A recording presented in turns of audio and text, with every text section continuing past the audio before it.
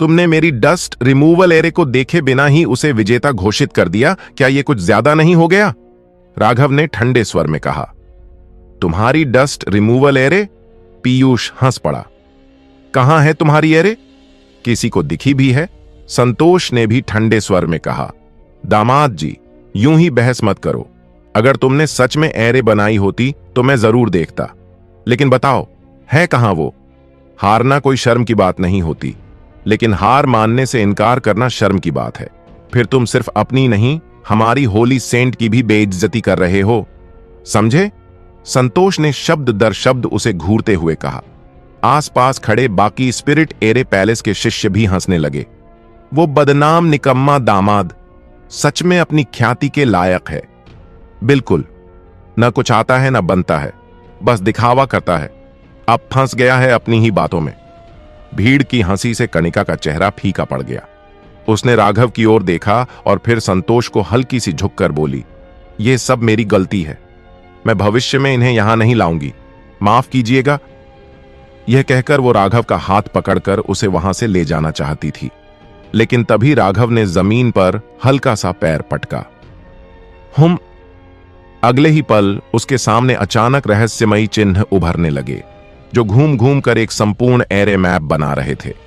जमीन को आधार बनाकर और उंगलियों से रेखाएं खींचते हुए एक डस्ट रिमूवल एरे तैयार हो गया। कुछ ही पलों में आसपास की सारी धूल उड़ गई, यहां तक कि हॉल के बाहर की भी। क्या? हर किसी की आंखें फैल गईं। अब दिख रही है ना? राघव ने शांत लहजे में कहा। वो सच में डस्ट रिमूवल एरे है। संतोष और पीयूष दोनों चौंक उठे। कणिका की आंखों में चमक आ गई। क्या राघव सच में वही बना रहा था? उसे सब कुछ अब साफ हो चुका था। संतोष फौरन पास आया, जमीन पर बनी एरे को गौर से देखने लगा। उसका चेहरा गंभीर हो गया। फिर उसकी आंखों में एक चमक आई। ये तो 3rd rank dust removal array है। अब जाकर उसे यकीन हुआ, राघव झूठ नहीं बोल रहा था। सबसे हैरानी की बात यह थी कि उसने ना तो स्पिरिचुअल पैटर्न पेन का इस्तेमाल किया, ना ही डेमन बीस्ट की खाल का, सिर्फ अपनी उंगलियों से और मिट्टी पर बना दिया। ये कैसे संभव है? संतोष अंदर तक हिल गया और उसकी नजरों में राघव की इज्जत एकदम बदल गई। मैं अपनी बात वापस लेता हूं। इस मुकाबले का विजेता राघव है। उसने गहरी सांस ली और भारी स्वर में कहा। क्या? सभी शिष्य हक्के बक्के रह गए। विजेता राघव?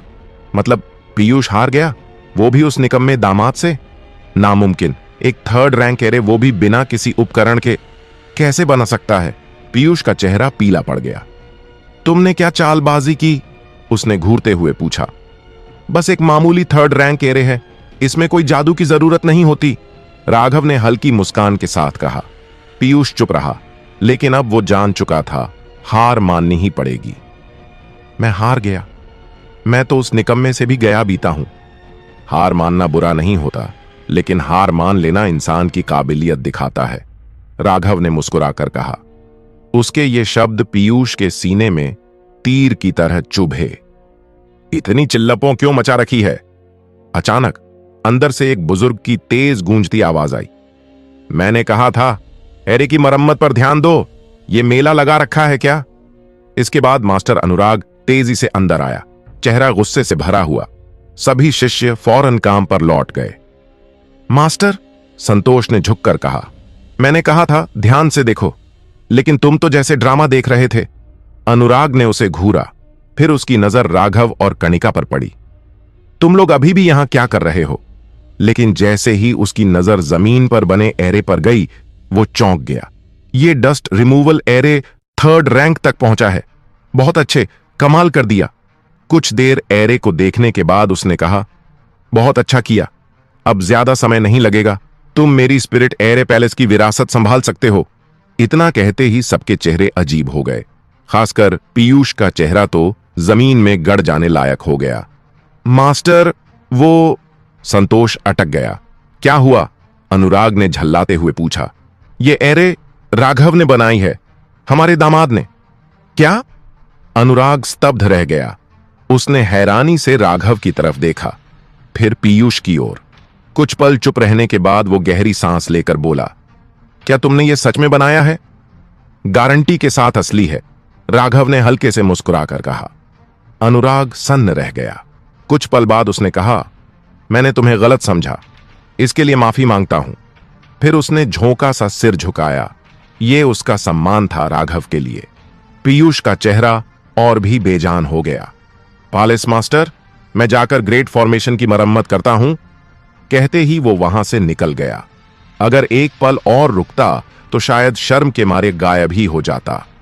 अब तो आप सेक्ट प्रोटेक्शन एरे का नक्शा दिखा सकते हैं, है ना? राघव ने शांत लहजे में पूछा। अनुराग ने सिर हिलाया। तुमने साबित किया कि तुम एरे बना सकते हो, लेकिन वो नक्शा बहुत अहम है। अभी हमारी सिचुएशन नाजुक है और हम रिस्क नहीं ले सकते। तो आप समझते हैं कि मेरी रैंक काफी नहीं है? सही कहा। एक 3rd rank dust removal array से ज्यादा कुछ साबित नहीं होता। वो सबसे आसान एरे है। तो फिर मुझे अपनी सबसे जटिल एरे मैप दिखाइए, मैं आपको सुधार बताता हूं। पूरा हॉल एकदम चुप हो गया। राघव हमारे पैलेस मास्टर को समझाएगा? संतोष भी अजीब स्वर में बोला। दामाद जी, थोड़ा ज्यादा नहीं हो रहा? बात तर्क की होनी चाहिए, राघव ने सादा लहजे में कहा। अनुराग थोड़े गुस्से में बोले, तुम्हें यकीन है? हां, ठीक है। फिर उसने एक पुराना एरे मैप निकाला। यह है मेरी सबसे कठिन एरे, 8 त्रिकोणीय स्वांटियन एरे। ये एक हाई लेवल भूल भुलैया है जो हजारों योद्धाओं को फंसा सकती है। इसमें कुछ कमियां हैं, मैं नहीं कहूंगा कि तुम इसे सुधारो। बस अगर तुम गलतियां पकड़ लो तो मैं तुम्हें सेक्ट प्रोटेक्शन एरे दिखा दूंगा। राघव ने मैप लिया, एक नजर डाली और वापस थमा दिया। इतनी जल्दी हार मान ली? अनुराग ने ताना मारा। क्या मुझे स्पिरिचुअल पैटर्न पेन मिल सकता है? हूं? अनुराग चौंक गया। संतोष ने उसे पेन थमा दिया। धन्यवाद। राघव बाहर चल दिया। उसके पीछे कणिका और फिर संतोष व अनुराग भी गए। बाहर पहुंचते ही दोनों स्तब्ध रह गए। यह तो असंभव है। उन्होंने देखा कि राघव हवा में ही एरे बना रहा था, बेहद तेजी से, पूरी कुशलता से। थोड़ी ही देर में एक विशाल और जटिल एरे मैप बन चुका था, नीली चमक के साथ। और फिर राघव ने पेन वापस किया और बोला, देख लीजिए, क्या ये पूरा 8 त्रिकोणीय स्वानटियन एरे नहीं है? क्या आप देख रहे हैं?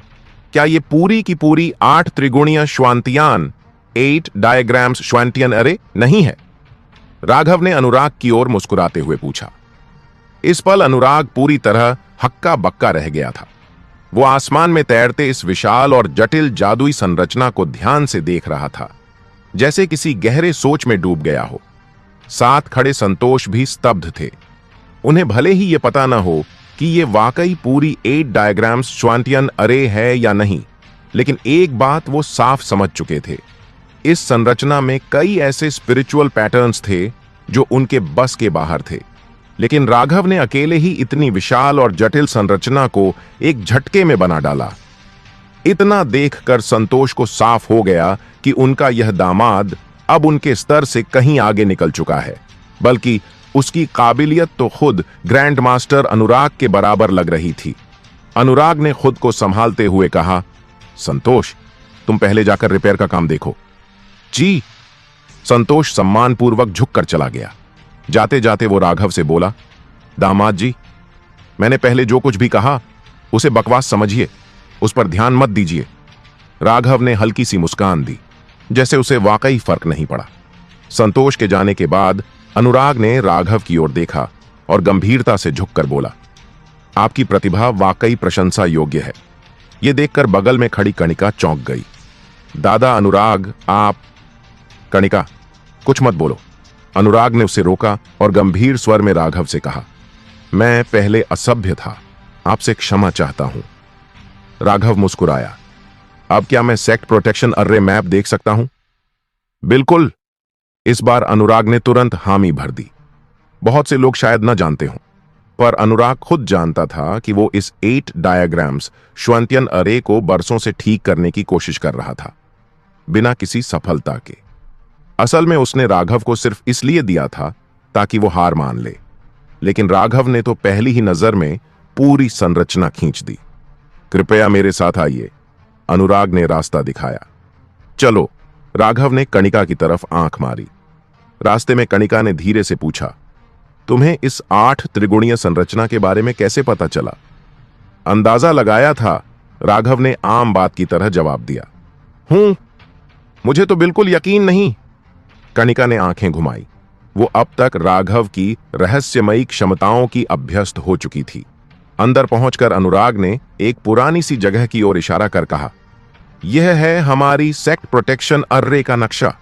राघव ने गहराई से नक्शे को देखा। यह काफी पुराना था।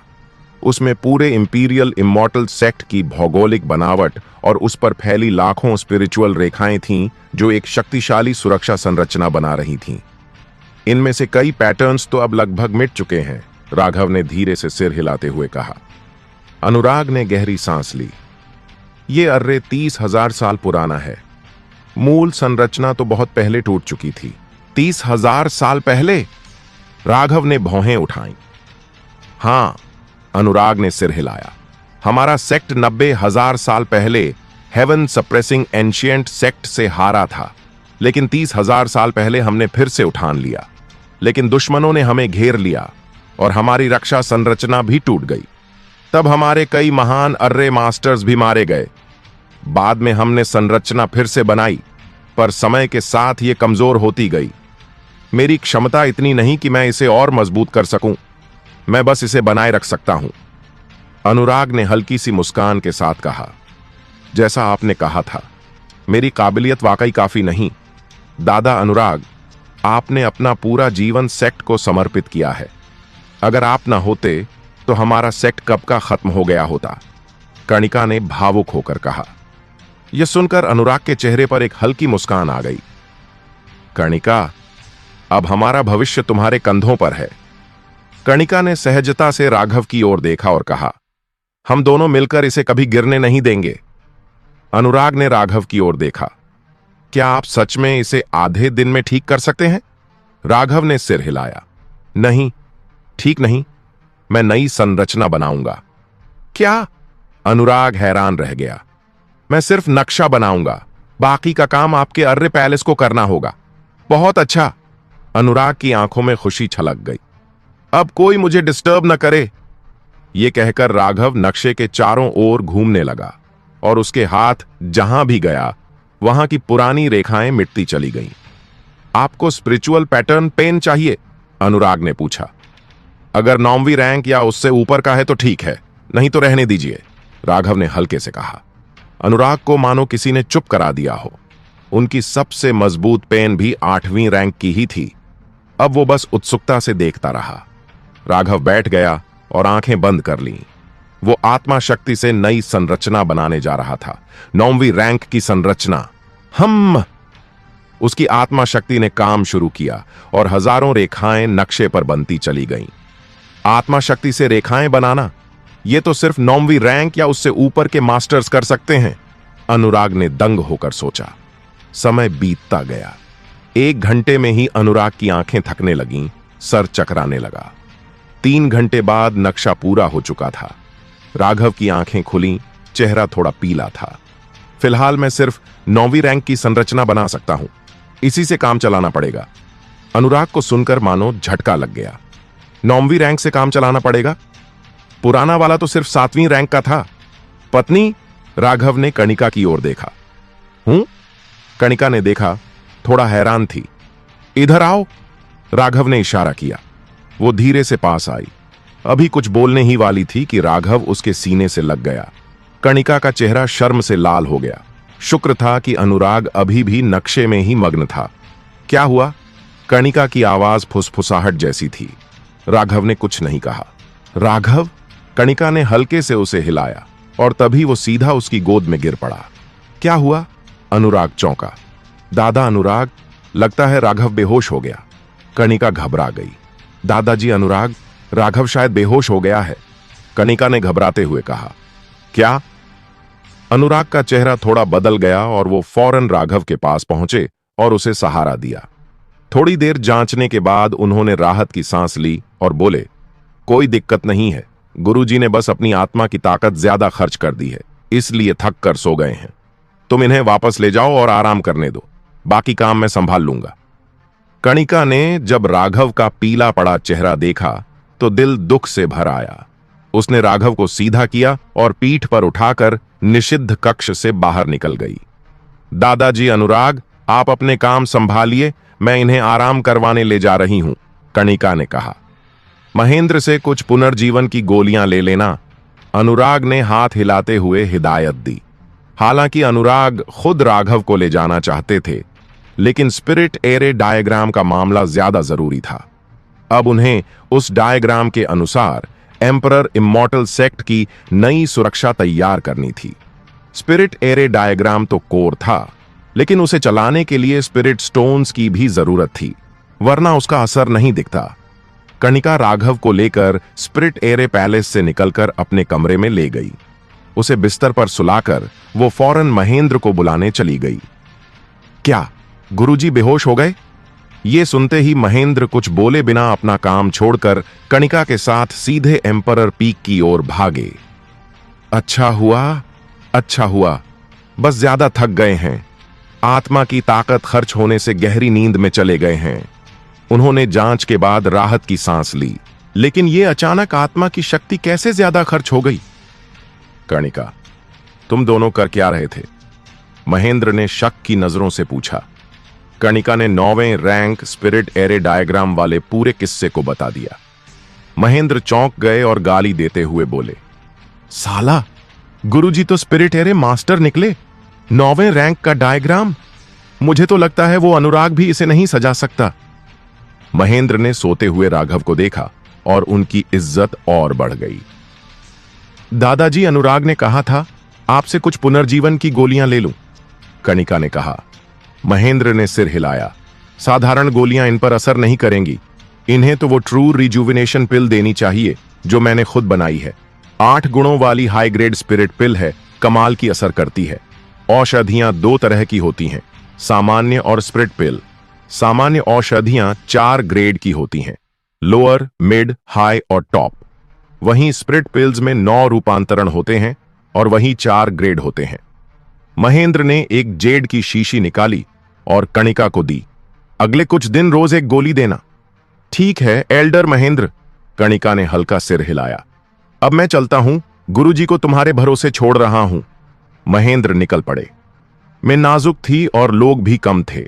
वह खुद भी एल्डर होने के नाते कई जिम्मेदारियां संभाल रहे थे, लेकिन जाते जाते वो खुद से बड़बड़ाए, गुरुजी तो सो भी नहीं रहे, फिर ये बहाना क्यों? कहीं ऐसा तो नहीं कि वो चाहते हैं कि कणिका उनका और ख्याल रखे? महेंद्र को कुछ अजीब लगा।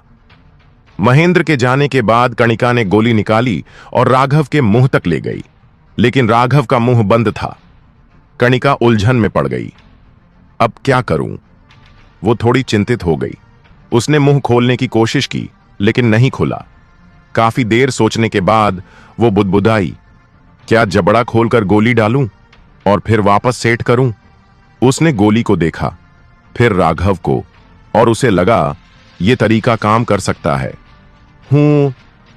तभी अचानक राघव ने जम्हाई ले ली।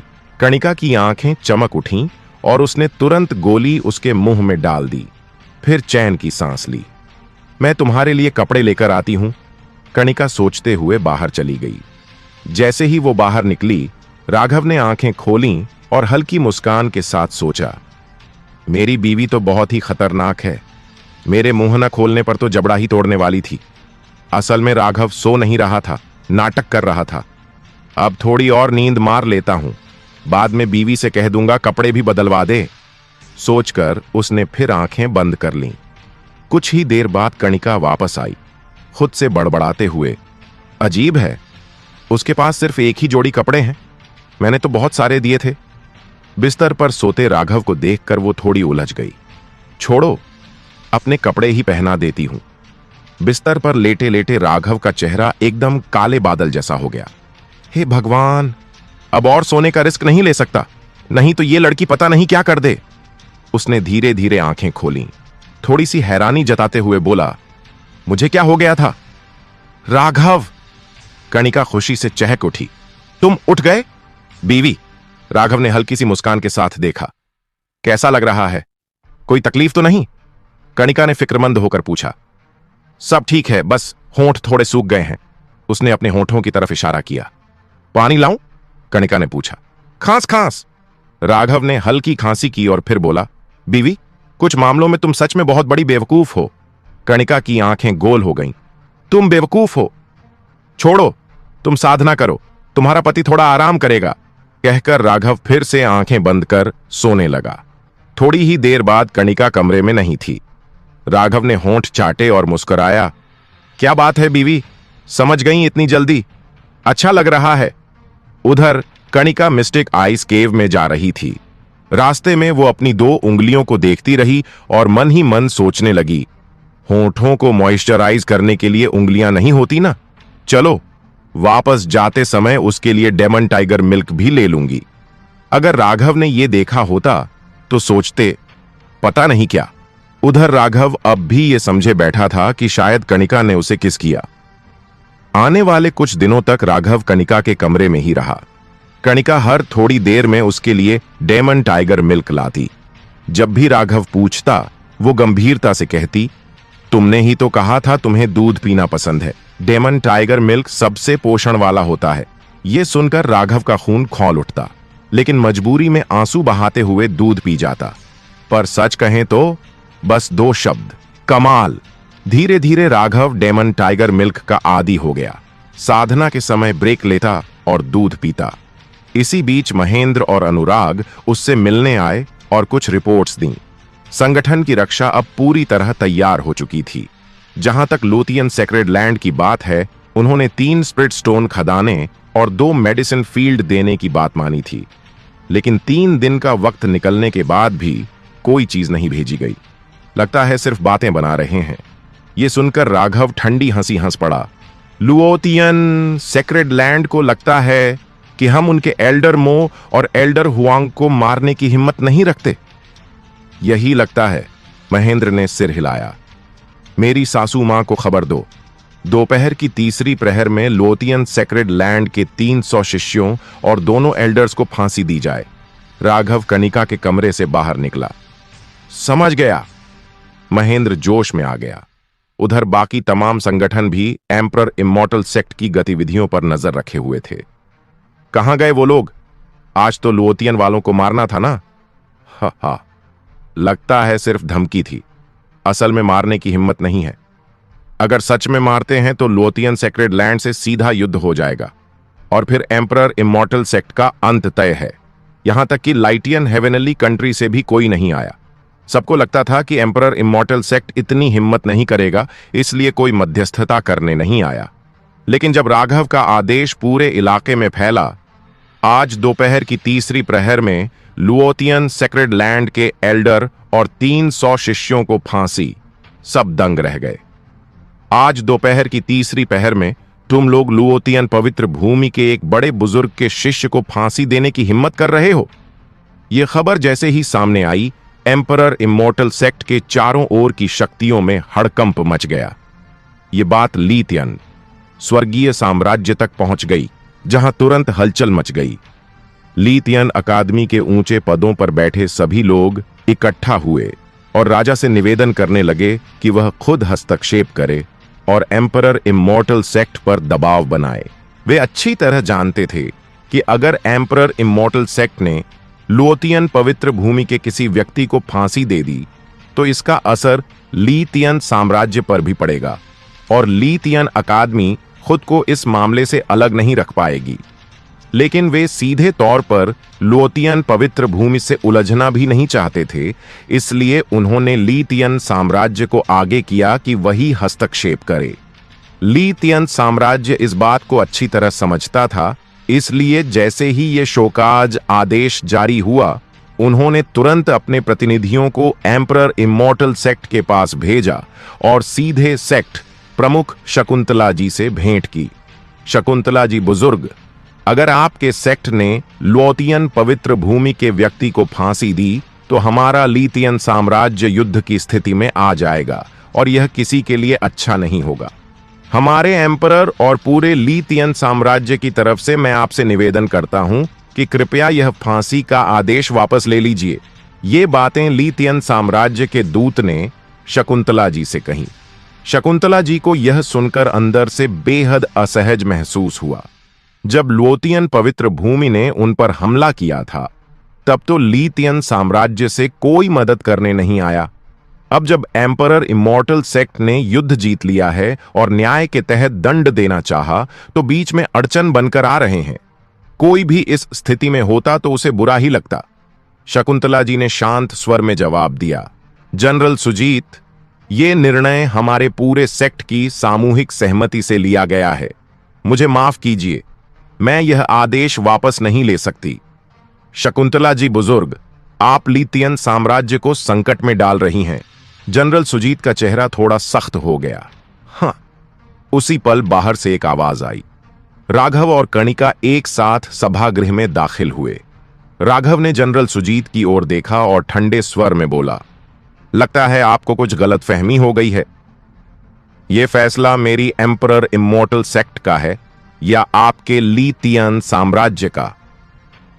जब लुओतियन पवित्र भूमि ने हम पर हमला किया था, तब तो आपकी ओर से कोई सैनिक नहीं दिखा।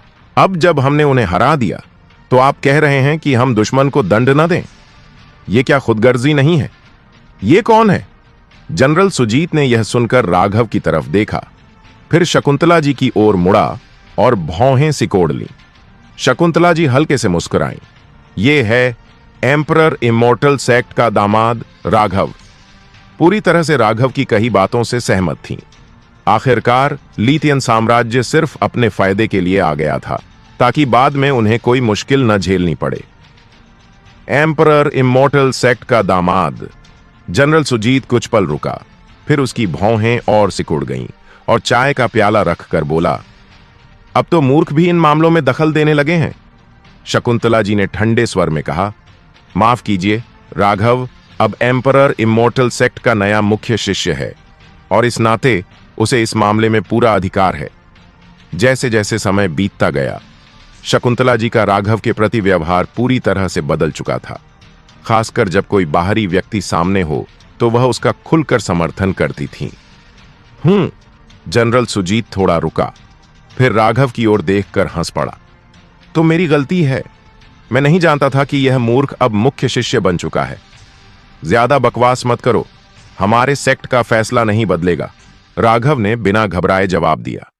जनरल सुजीत की आंखों में हल्की सी क्रूरता झलक गई और उसने ठंडी आवाज में कहा, अगर आप लोग अड़े रहे तो मैं लीतियन साम्राज्य की ओर से घोषणा करता हूं कि अब हमारा साम्राज्य एम्परर इमॉर्टल सेक्ट के अधीन नहीं रहेगा।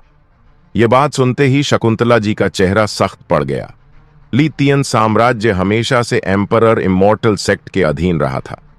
अब वो खुलेआम ऐसा कह रहा था, यह सेक्ट के लिए सीधी बेइज्जती थी। ओह, राघव ने हल्की मुस्कान के साथ कहा, तो असली मकसद यही था तुम्हारा? जनरल सुजीत ठंडी हंसी हंसा। अगर तुम माफी मांग लो और फांसी का आदेश वापस ले लो तो हम अधीनता बनाए रखेंगे, वरना तुम जैसे तीसरे दर्जे के सेक्ट से हम क्यों बंधे रहें? उसने अपनी मंशा पूरी तरह से जाहिर कर दी। मेरे सामने घुटनों के बल झुको। सुजीत ने सीधे राघव पर हमला कर दिया। एक खौफनाक खिंचाव की ताकत ने राघव को जकड़ लिया और वो लगभग घुटनों पर गिर ही पड़ा था। बूम!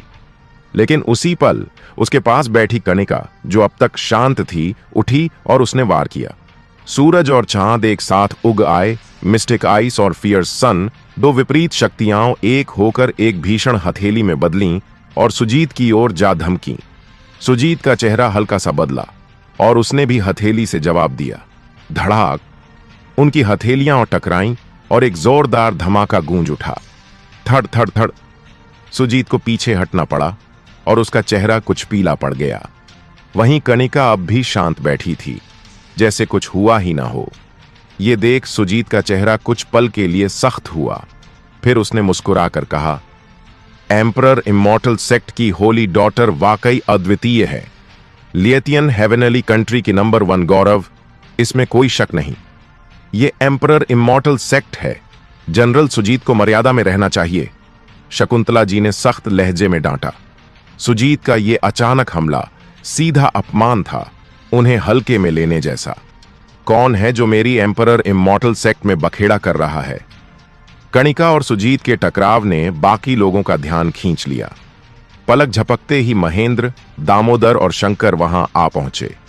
सभी की नजरें सुजीत पर तनी हुई थीं। सुजीत ने अपनी आंखें संकरी करते हुए उन्हें सतर्क निगाहों से देखा। राघव धीरे धीरे उठ खड़ा हुआ और सुजीत की तरफ देखते हुए बोला, आज मैं तुझे सुजीत सेक्ट की ओर से सबक सिखाता हूं। कहीं तू और शर्मिंदा न करे उसे। न आसमान की ऊंचाई पहचानता है, न धरती की गहराई। तू। सुजीत गुस्से से तमतमाया, लेकिन उसके कुछ कहने से पहले ही एक जबरदस्त ताकत ने उसे घेर लिया, सीधा उसकी आत्मा को जकड़ते हुए। उसकी आंखों के आगे अंधेरा छा गया और वो बेहोश हो गया। धड़ाम। सुजीत जमीन पर गिर पड़ा। सभा में सभी चौंक गए। ये अचानक क्या हुआ? उनकी निगाहें अनायास ही राघव की ओर मुड़ गईं। क्या ये उसी ने किया? राघव ने सुजीत को देखकर शांत स्वर में कहा, इस बेशर्म को बाहर फेंक दो। लिएथियन हेवेनली कंट्री के लोगों से कह दो, दोपहर की तीसरी प्रहर में जो तय हुआ है वो उसी तरह होगा। किसी को आपत्ति हो तो आकर रोक कर दिखाए। जैसे आदेश मिला, शंकर ने सुजीत को उठाया और सेक्ट के मुख्य द्वार तक उड़ते हुए गया, और जैसे किसी मरे हुए कुत्ते को फेंकते हैं वैसे उसे बाहर फेंक दिया। बाहर पहले से खड़े लिएथियन कंट्री के लोग ये देखकर हैरान रह गए। जनरल, उन्होंने सुजीत को पकड़ लिया। वो पूरी तरह बेहोश था। यह देख वे भड़क उठे। एम्परर इमॉर्टल सेक्ट का मतलब क्या है इससे? क्या यह लिएथियन कंट्री को युद्ध की चुनौती है? शंकर ने उन्हें ठंडी नजर से देखा और सहजता से बोला, मेरे दामाद का आदेश है। दोपहर की तीसरी प्रहर में लोथियन सैक्रेड लैंड के उस बंदी का वध तय है। अगर किसी को आपत्ति है तो रोक कर दिखाए। इतना कहकर वो मुड़कर चला गया। लिएथियन कंट्री के लोग गुस्से में तिलमिला उठे, लेकिन सेक्ट के द्वार पर खड़े होकर कुछ कर भी नहीं सकते थे। उन्होंने सुजीत को उठाया और गुस्से में थरथराते हुए वहां से चले गए। सीधे जाकर एम्परर को सब बताने की ठान ली। सभा में वापस। राघव, तेरा ये कदम तो लिएथियन कंट्री के साथ सारे रिश्ते तोड़ देने जैसा है। वो जरूर बदला लेने आएंगे, शकुंतला जी ने चिंतित होकर कहा।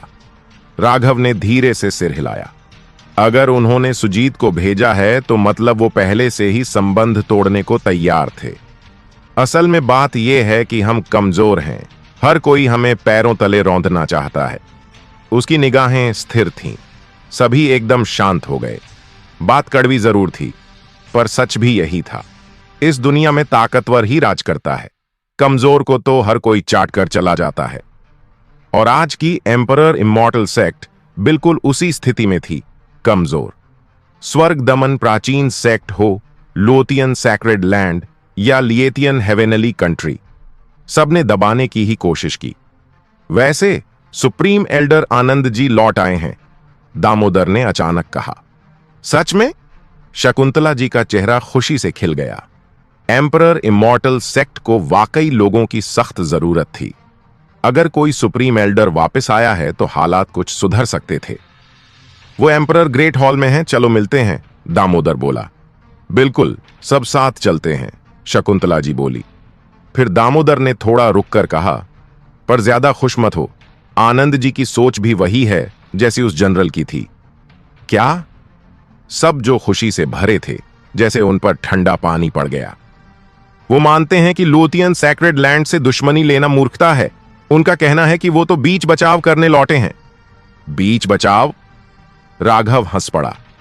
इस मोड़ पर भी अगर उन्हें बीच बचाव की सोच है तो साफ है दिमाग ठीक से काम नहीं कर रहा। सभी फिर से चुप हो गए। सच भी यही था। अब सुलह की कोई गुंजाइश नहीं बची थी। किसने कहा कि उस बूढ़े का दिमाग खराब है?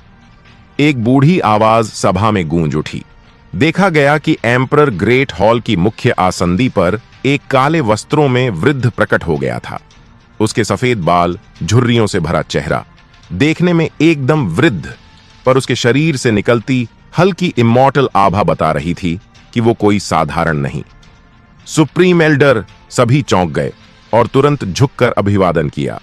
वो कोई और नहीं, आनंद जी था, एम्परर इमॉर्टल सेक्ट के 3 महान सुप्रीम एल्डर्स में से एक।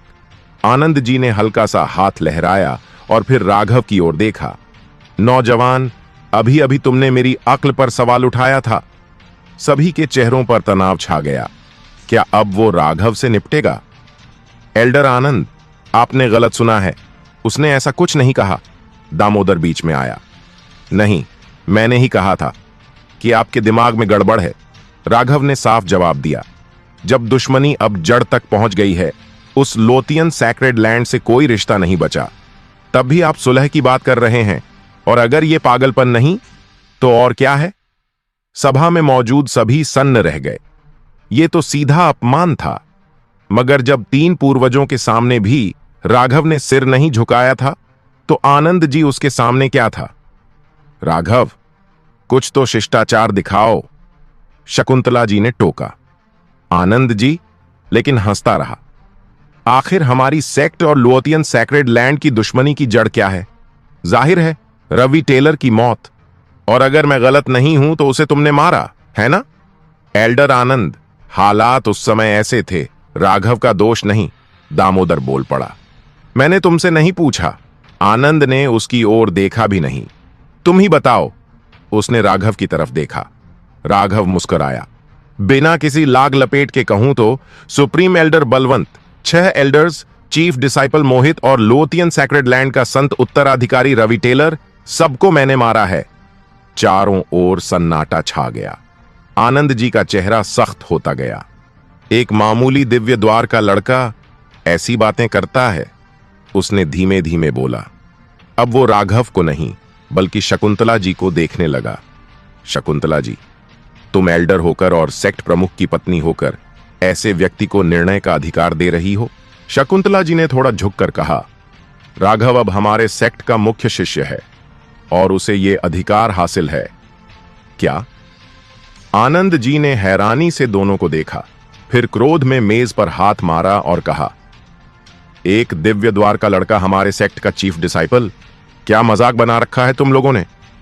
पर वहां खड़े सभी को एक बात पता थी, सेक्ट की हाल की हर बड़ी समस्या राघव ने ही सुलझाई थी। असल में उसे सिर्फ चीफ डिसाइपल नहीं, एल्डर बनने का भी हक था। राघव ने मुस्कुराते हुए सिर हिलाया और कहा, बातों में तो बहुत तेज हो बूढ़े। देखना है जब लोथियन सैक्रेड लैंड सामने आएगा तब भी ऐसी ही रौब दिखाते हो या नहीं। तू तो बहुत रौब जमाकर बात करता है बूढ़े, लेकिन मैं सोच रहा हूं कि जब तू लोथियन पवित्र भूमि के लोगों के सामने खड़ा होगा तब भी तेरे तेवर ऐसे ही रहेंगे क्या? राघव हल्के से सिर हिलाकर हंसा। क्या सिर्फ इसलिए कि तू मुख्य शिष्य बन गया है इतनी घमंड की बात करेगा? माना या ना माना, लेकिन मेरी एक आवाज में तुझे एम्परर इमोर्टल सेक्ट से बाहर फेंकवा सकता हूं। आनंद जी ने ठंडे लहजे में कहा। ओ! राघव ने उसे व्यंग्य भरी मुस्कान के साथ देखा और बोला, तो जरा करके दिखा। राघव का ये रवैया देखकर आनंद जी का गुस्सा और भड़क उठा। वो गरजते हुए बोला, शकुंतला जी, अभी इसी वक्त इसे मुख्य शिष्य के पद से हटाओ और सेक्ट से निकाल बाहर करो, और लोथियन पवित्र भूमि को जाकर बता दो कि यह हत्यारा अब हमारे सेक्ट का हिस्सा नहीं है। उसे जो करना है खुद करें, हमें अब परेशान न करें। आनंद जी की यह बात सुनकर वहां मौजूद सभी लोगों के चेहरे पर हल्का सा बदलाव आया। जैसे ही उन्होंने देखा कि शकुंतला जी कुछ नहीं बोली, आनंद जी की भौहें तिरछी हो गईं और उसने सख्त लहजे में कहा, क्या अब तुम मेरा आदेश भी मानने से इनकार कर रही हो?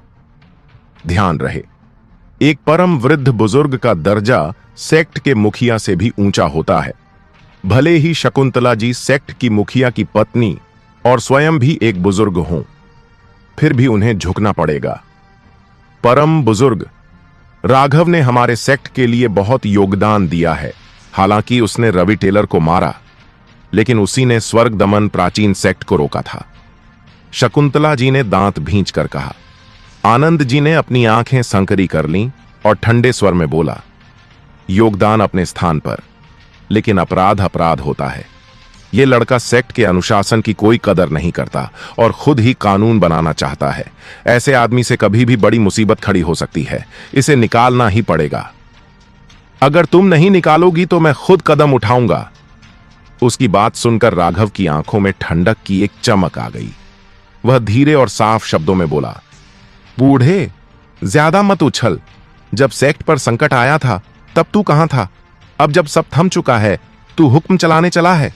माना या न माना, लेकिन अगर चाहूं तो यहीं तेरा सिर कलम कर दूं। बाकी लोग आनंद जी से डरते होंगे, लेकिन राघव कौन है? इमॉर्टल रात्रि एम्परर।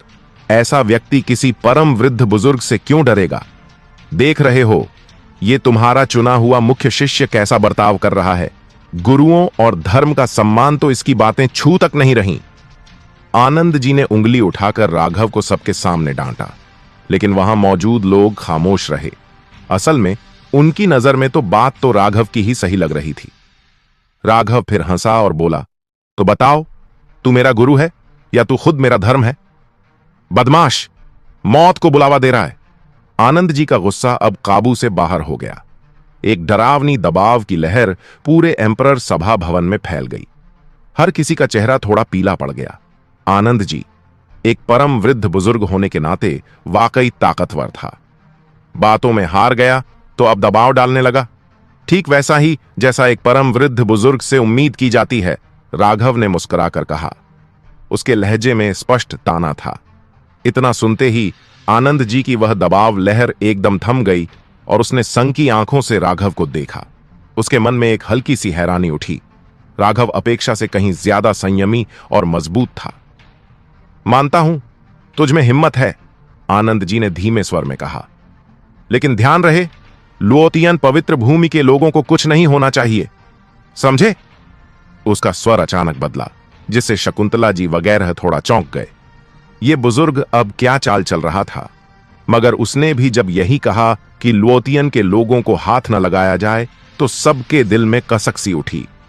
अब तो बात इतनी आगे बढ़ चुकी थी, ऐलान भी हो गया था और लुओतियन वालों ने साफ मना कर दिया था कि वे खनिज खान और औषधि खेत नहीं सौंपेंगे।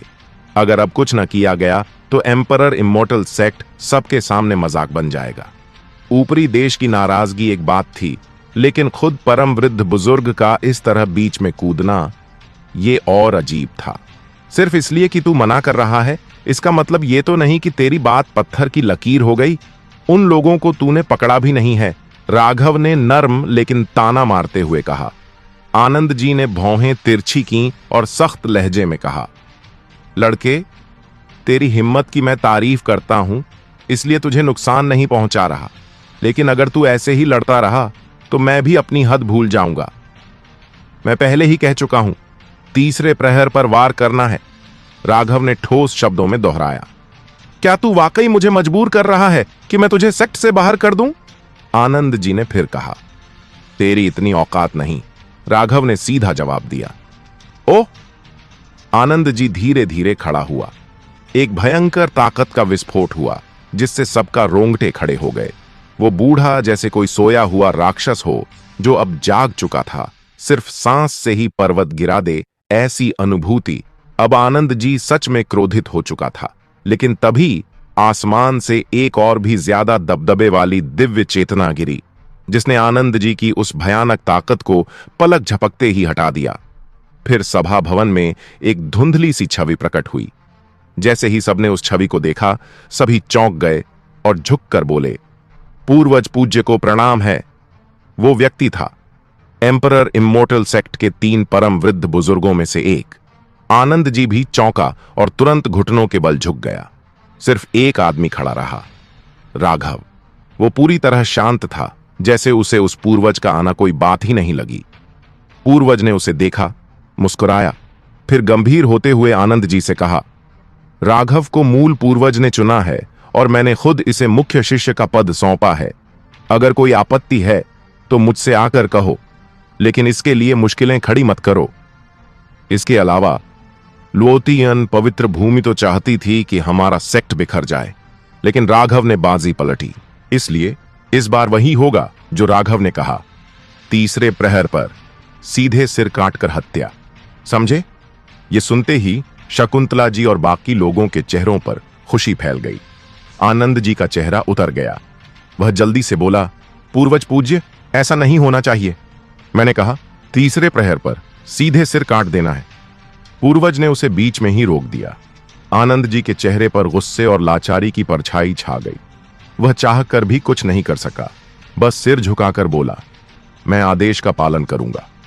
मगर उसके मन में राघव के लिए नफरत और बढ़ गई थी। क्या चुना गया है मूल पूर्वज द्वारा? सब बकवास है। अगर वो पूर्वज जिंदा होते तो सेक्ट की ये हालत ही नहीं होती।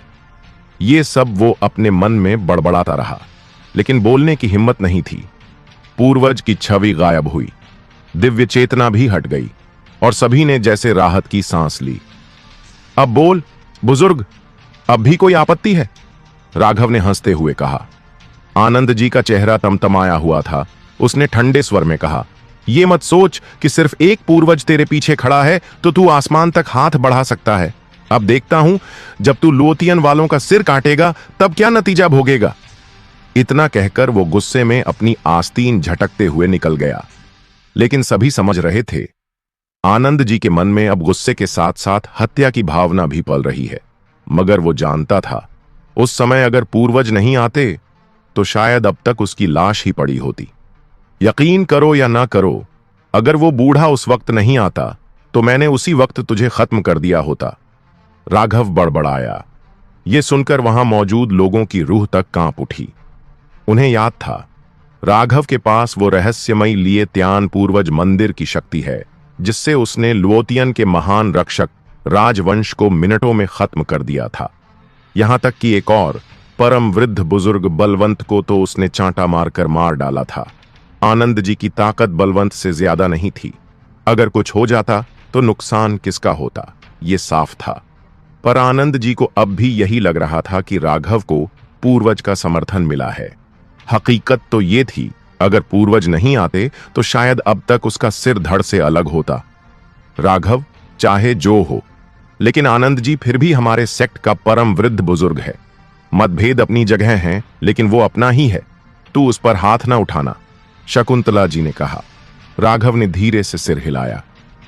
फिक्र मत करो, अगर वो वाकई हमारा है तो मैं उस पर कभी हाथ नहीं उठाऊंगा। लेकिन अगर उसमें जरा भी गद्दारी का कीड़ा निकला तो फिर मैं भी नहीं देखूंगा कि वो कौन है। सब तैयार हो जाओ, इस बार बहुत से सेक्ट आएंगे तमाशा देखने। हमें ऐसा मौका नहीं देना चाहिए कि एम्परर इमोर्टल सेक्ट को कोई हल्का समझे। राघव ने हाथ हिलाते हुए कहा। इतना कहकर वो अकेले वहां से चला गया। अनुराग कणिका भी उसके पीछे चली गई। उधर सभा भवन में मौजूद लोग एक दूसरे की तरफ देखने लगे। अब उन्हें यह सवाल परेशान कर रहा था, क्या वाकई आनंद जी सेक्ट से गद्दारी कर सकता है? हवाएं उठी और बादल गरजे। बात हो रही है लिएतियान स्वर्गीय देश की। जब सुजीत शिची के आदमियों ने उसे वापस लिएतियान स्वर्गीय देश लाकर पूरी घटना की जानकारी दी तो वहां हड़कंप मच गया। क्या ये एम्परर इमोर्टल सेक्ट वाले सच में अपनी औकात भूल गए हैं? ऊपरी देश के कुछ राजकुमारों को इतना गुस्सा आया कि वे तुरंत सेना लेकर एम्परर इमोर्टल सेक्ट पर चढ़ाई करना चाहते थे। ये एम्परर इमोर्टल सेक्ट खुद मुसीबत मोल ले रहा है और अब हमें भी अपनी इस बर्बादी में घसीटना चाहता है। ये बर्दाश्त नहीं किया जा सकता। लिएतियान अकादमी के कुछ वरिष्ठों ने सलाह दी, क्यों न हम पहले ही लुओतियन पवित्र भूमि को एक इशारा भेज दें। जो भी हो, हमें ये नहीं होने देना कि एम्परर इमोर्टल सेक्ट हमारी लिएतियान स्वर्गीय देश को भी बर्बादी में ले डूबे। काफी बहस के बाद लिएतियान स्वर्गीय देश के महाराज ने लुओतियन पवित्र भूमि के लिए दूत भेजे और यह सार्वजनिक रूप से घोषित कर दिया कि अब से लिएतियान स्वर्गीय देश स्वतंत्र रूप से अस्तित्व में रहेगा और एम्परर इमोर्टल सेक्ट की अधीनता स्वीकार नहीं करेगा। यह खबर जब फैली तो आसपास की ताकतों को कोई खास हैरानी नहीं हुई। यह तो पहले से तय लग रहा था। एम्परर इमोर्टल सेक्ट की ताकत पहले ही लिएतियान स्वर्गीय देश से कम थी, फिर भी वे अब तक सिर्फ पुराने रिश्ते के कारण एक साथ बने हुए थे। लेकिन जैसे जैसे एम्परर इमोर्टल सेक्ट का पतन होता गया, दोनों के बीच का साथ बस दिखावे का रह गया था। असल में लिएतियान स्वर्गीय देश अब उन्हें तुच्छ समझता था। जबकि दूसरी ताकतें एक एक ऊपरी देश पर राज करती थीं, एम्परर इमोर्टल सेक्ट का स्तर उससे भी नीचे था। तो इज्जत की बात ही कहां आती। इसलिए जब लिएतियान स्वर्गीय देश का ये ऐलान सामने आया तब भी ज्यादा हलचल नहीं हुई। लेकिन जब यह खबर एम्परर इमोर्टल सेक्ट तक पहुंची तो भीतर काफी गुस्सा फूट पड़ा। लोगों ने लिएतियान स्वर्गीय देश को एहसान फरामोश और धोखेबाज कहा, मगर ज्यादातर के मन में एक चुप्पी और गहरी लाचारी थी। जब अपने ही अधीन देश तुम्हें नकार दे तो इससे बड़ी बेइज्जती और क्या हो सकती है। शकुंतला जी और बाकी बुजुर्ग गुस्से से कांप उठे, मगर कर भी क्या सकते थे। जब यह खबर राघव तक पहुंची तो उसने बस हल्की सी मुस्कान के साथ कहा, चिंता मत करो, आने वाले वक्त में यही लिएतियान स्वर्गीय देश हमारे एम्परर इमोर्टल सेक्ट के अधीन होने की भीख मांगेगा। अब ज्यादा सोचना नहीं, बस फांसी की तैयारी करो। राघव ने शंकर, दामोदर और बाकी लोगों को आदेश दिया और सभी को लेकर सीधे पर्वत द्वार की ओर चल पड़ा। वहां पहले से ही फांसी के मंच तैयार किए जा चुके थे। क्या सच में एम्परर इमोर्टल सेक्ट आज दोपहर के तीसरे पहर फांसी देगा?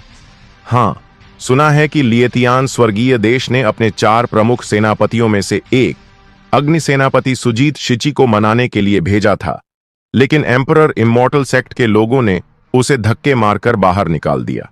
यह भी कहा कि अगर लिएतियान स्वर्गीय देश को कोई आपत्ति है तो खुद आकर रोक ले। ये एम्परर इमोर्टल सेक्ट कब से इतना बगावती हो गया? क्या फिर से उभरने वाला है? शायद इसलिए क्योंकि उनकी पवित्र पुत्री कर्णिका ने द्वैत दिव्य शरीर को जागृत किया है। अब वो खुलकर मोर्चा लेने को तैयार हैं। इस फांसी की खबर ने आसपास की सभी ताकतों को चौंका दिया। कुछ सेक्टों के मुखिया तो चुपचाप वहां पहुंच भी गए माहौल का जायजा लेने। पर्वत द्वार के सामने कतार में कई नए नए फांसी के मंच खड़े थे और उन मंचों पर लुओतियन पवित्र भूमि के 300 असली शिष्य घुटनों के बल बैठे थे, जिनमें सबसे आगे थे 2 बुजुर्ग, हुआंग और मो। 3 दिन पहले यही 2 बुजुर्ग 300 असली शिष्यों को लेकर एम्परर इमोर्टल सेक्ट को नष्ट करने आए थे और आज उन्हीं के गले पर तलवार लटक रही थी। मगर घुटनों पर बैठने के बावजूद उनमें कोई डर नहीं था। उल्टा गाली गलौज और धमकियों से माहौल गर्म कर रहे थे। तुम जैसे एम्परर इमोर्टल सेक्ट वाले लाख बार जन्म भी ले लो, तब भी हमें हाथ लगाने की हिम्मत नहीं कर सकते। अगर जरा भी हिम्मत दिखाई तो लोतियन पवित्र भूमि की सेना तुम्हारे द्वार पर आ खड़ी होगी, पूरे सेक्ट को नेस्तनाबूद कर देगी। हम तुम्हारे इस सेक्ट को इतिहास से मिटा देंगे। उनकी चीख पुकार में कोई डर नहीं था, बल्कि ऐसा लगता था मानो वे खुद मंच के मालिक हों। पीछे बैठे 300 शिष्यों के हौसले भी इतने बुलंद थे कि वे छाती तान कर गर्दन उठाकर बैठे थे, मानो मौत का कोई खौफ नहीं। इसे देख छिपे हुए दर्शकों ने भी मन ही मन तारीफ की। वाकई लुओतियन पवित्र भूमि के लोग कमजोर नहीं होते। मौत के मुंह में भी अगर कोई अपनी हिम्मत न खोए तो वो सम्मान के काबिल होता है। अब देखना यह है कि क्या एम्परर इमोर्टल सेक्ट वाकई इनकी गर्दन उड़ाता है या नहीं। बहुत खूब, बहुत खूब, आनंद जी मुस्कुराते हुए बोला। फिर उसने गंभीर आवाज में राघव की ओर देखा। सुना तुमने? जल्दी से लुओतियन पवित्र भूमि के लोगों को छोड़ दो। इतना कहकर उसने सीधा सिर झुका दिया। ये देख वहां मौजूद हर कोई चौंक गया। एक एम्परर इमोर्टल सेक्ट का परम बुजुर्ग ऐसा कर रहा था? आखिर चल क्या रहा था? शकुंतला जी और बाकी बुजुर्गों के चेहरे बेहद सख्त हो गए। सबकी निगाहें आनंद जी पर जम गईं। लोगों को इसलिए छोड़ रहे हो ताकि उनकी जगह खुद को कुर्बान कर सको? राघव ने उसकी ओर देखा, बिल्कुल निश्चल भाव से। यह बूढ़ा मूर्ख अब भी झुककर माफी मांगने की सोच रहा है। मरने लायक है। तुम आदेशों की अवहेलना कर रहे हो। आनंद जी ने गुस्से में कहा। तुम्हारे आदेश मेरे लिए बेकार हैं। राघव ने हल्की मुस्कान के साथ जवाब दिया। चाचा आनंद, पूर्वजों ने सच में आदेश दिए हैं, दामोदर ने धीरे से याद दिलाया। पूर्वजों की बात सुनते ही आनंद जी ने ठंडी सांस भरी और चुप हो गया। लेकिन मन ही मन उसकी योजना बन रही थी। लगता है आज की फांसी नहीं रोकी जा सकती। अब मुझे कोई और रास्ता निकालना होगा, वरना एम्परर इमोर्टल सेक्ट में रहना मतलब मौत को बुलावा देना है। उसका असली इरादा था फांसी रोकना और राघव को लुओतियन पवित्र भूमि को सौंपकर मामला शांत करना। पर किसे पता था कि पूर्वज खुद राघव का पक्ष लेंगे। अब उसके लिए पुरानी योजना काम नहीं कर रही थी, लेकिन वो लुओतियन पवित्र भूमि से दुश्मनी भी नहीं चाहता था, क्योंकि अगर वो गुस्साए तो एम्परर इमोर्टल सेक्ट का नामो निशान मिटा देंगे। जब आनंद जी पीछे हट गया तो दामोदर ने राहत की सांस ली और राघव की ओर देखा। राघव ने आकाश की ओर नजर उठाई, फिर मंच पर खड़े लुओतियन पवित्र भूमि के लोगों को देखा जो अकड़ कर खड़े थे। उसके होंठों पर एक हल्की मुस्कान उभरी, आंखों में एक ठंडी तीखी चमक आ गई। उसने ऊंची आवाज में मुट्ठी उठाई और गरजा, समय आ गया है, फांसी दो। तुम हिम्मत कैसे कर सकते हो? लुओतियन पवित्र भूमि के लोग हैरान रह गए और तुरंत हमला कर बैठे। धड़ाम! उसी पल एम्परर इमोर्टल सेक्ट पर एक पतली कांच जैसी रक्षा परत चढ़ गई और लुओतियन पवित्र भूमि का हमला तुरंत रोक लिया गया। छप छप छप! उसी समय फांसी मंच पर खड़े जल्लादों ने एक झटके में तलवारें चला दी। 302 सिर जमीन पर आ गिरे। चारों तरफ खून की धारें फूट पड़ी। 300 असली शिष्य और 2 बुजुर्ग, सब के सब लुओतियन पवित्र भूमि के एक ही झटके में मार दिए गए। बहुत बढ़िया! एम्परर इमोर्टल सेक्ट के भीतर हर कोई खुशी से झूम उठा। सालों की दबंगई का बदला आज पूरा हुआ। शकुंतला जी और बाकी बुजुर्गों की आंखों में भी संतोष था। अब तक एम्परर इमोर्टल सेक्ट हमेशा दूसरों के सामने दबा दबा रहता था। आज उन्होंने दिखा दिया कि वो भी झुकने वालों में नहीं है। लंबे समय से अंदर जमी हुई घुटन जैसे आज खुलकर बाहर आ गई। अब बहुत देर हो चुकी है। आनंद जी की आंखें और भी गहरी हो गईं। उसकी निगाहों में राघव के लिए क्रोध था। सच में एम्परर इमोर्टल सेक्ट ने यह कर ही डाला। गुप्त रूप से देख रहे लोग हैरान रह गए। लगता है अब एम्परर इमोर्टल सेक्ट खुलकर लड़ाई पर उतर आया है। अब लुओतियन पवित्र भूमि पूरी तरह उबल उठेगी। कई लोग अंदर ही अंदर मजा ले रहे थे। लुओतियन पवित्र भूमि के युद्ध पोत पर खड़े 4 बुजुर्गों ने जैसे ही अपने साथियों के कटे सिर देखे, वे क्रोध से कांप उठे। उन्होंने अपनी आत्मीय वस्तुएं निकाली और एम्परर इमोर्टल सेक्ट की महान रक्षक पर हमला बोल दिया। क्या हुआ? 3 दिन पहले तो इनका सुरक्षा कवच टूट चुका था, अब इतना मजबूत कैसे हो गया? काफी देर तक हमला करने के बाद लुओतियन पवित्र भूमि के लोगों के चेहरे सख्त हो गए। सिर्फ 3 दिन में एम्परर इमोर्टल सेक्ट का बूढ़ा अनुराग इतना ताकतवर नहीं कि इसे फिर से बना ले, और ये तो 7वीं रैंक से भी ऊपर लग रही है। सबकी नजरें अब दूसरे युद्धपोत की अगुवाई कर रही संजू टेलर पर जा टिकी। उसकी आंखों में घोर क्रोध था। वो दांत पीसते हुए बोली, आज मैं एम्परर इमोर्टल सेक्ट को पूर्व प्रलय क्षेत्र से हमेशा के लिए मिटा दूंगी। पवित्र दांव रहस्य शस्त्र निकालो। जी! बाकी 3 बुजुर्गों ने झट से मोहरें बनाई। धड़ाम! अगले ही पल एक तेज रोशनी एक खजाने जैसी मोती को घेरे हुए आकाश की ओर उड़ी। वो मोती जैसे सूर्य बनकर चमक उठा। लाखों ली की दूरी तक उजाला फैल गया। एक भयावह पवित्र शक्ति पूरे आकाश पर छा गई। एम्परर इमोर्टल सेक्ट की रक्षा अचानक मंद पड़ने लगी। अब लगता था कि यह ज्यादा देर टिक नहीं पाएगी। ये तो पवित्र दांव रहस्य शस्त्र है। इस नजारे को देखकर तमाम लोग दंग रह गए। ये कैसे मुमकिन है? एम्परर इमोर्टल सेक्ट के भीतर सभी के चेहरे पीले पड़ गए। हमारा सेक्ट तो अब गया काम से। आनंद जी की आंखें कांप उठीं। वो खड़ा हो गया और ऊपर आसमान में टंगे उस मोती को घूरने लगा। राघव, अब क्या करें? दामोदर, शकुंतला जी और बाकी सब गंभीर हो उठे। इस वक्त शायद सिर्फ एक ही व्यक्ति शांत था, और वो था राघव। घबराओ मत, उसने हल्की मुस्कान के साथ कहा। घबराओ मत? आनंद जी पूरी तरह भड़क गया। मुझे तो लगता है तुम जानबूझकर सेक्ट को खत्म करना चाहते हो। मैं तो शुरू से कहता था फांसी मत दो, मत दो, पर तुम लोगों ने इसे सुना ही नहीं। अब देखो नतीजा। चलो, अब तुम ही निपटो इससे। यह कहकर आनंद जी सीधा आसमान की ओर उड़ गया और लुओतियन पवित्र भूमि वालों से चिल्लाकर बोला, मित्रों, इस मामले से मेरा कोई लेना देना नहीं है। यह सेक्ट और आप लोगों की लड़ाई है, मुझ पर मत उतरना। मैं तो हमेशा दोनों पक्षों को जोड़ने की कोशिश करता रहा, लेकिन कोई मेरी बात ही नहीं सुनता था। अब मैं एम्परर इमोर्टल सेक्ट से नाता तोड़ता हूं। अगर आप लोग मुझे स्वीकार करें तो मैं लुओतियन पवित्र भूमि में शामिल होना चाहता हूं। क्या?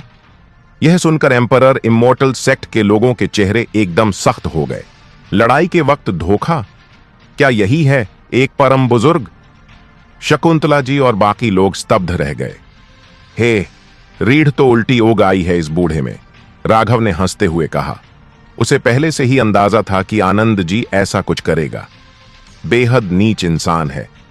कणिका का चेहरा बर्फ सा ठंडा हो गया, आंखों में गहरी हत्या की भावना। एक ऐसा बुजुर्ग जो सेक्ट के सबसे ऊंचे पद पर बैठा हो, वो इस समय पीठ दिखा दे, ये तो सरासर नीचता है।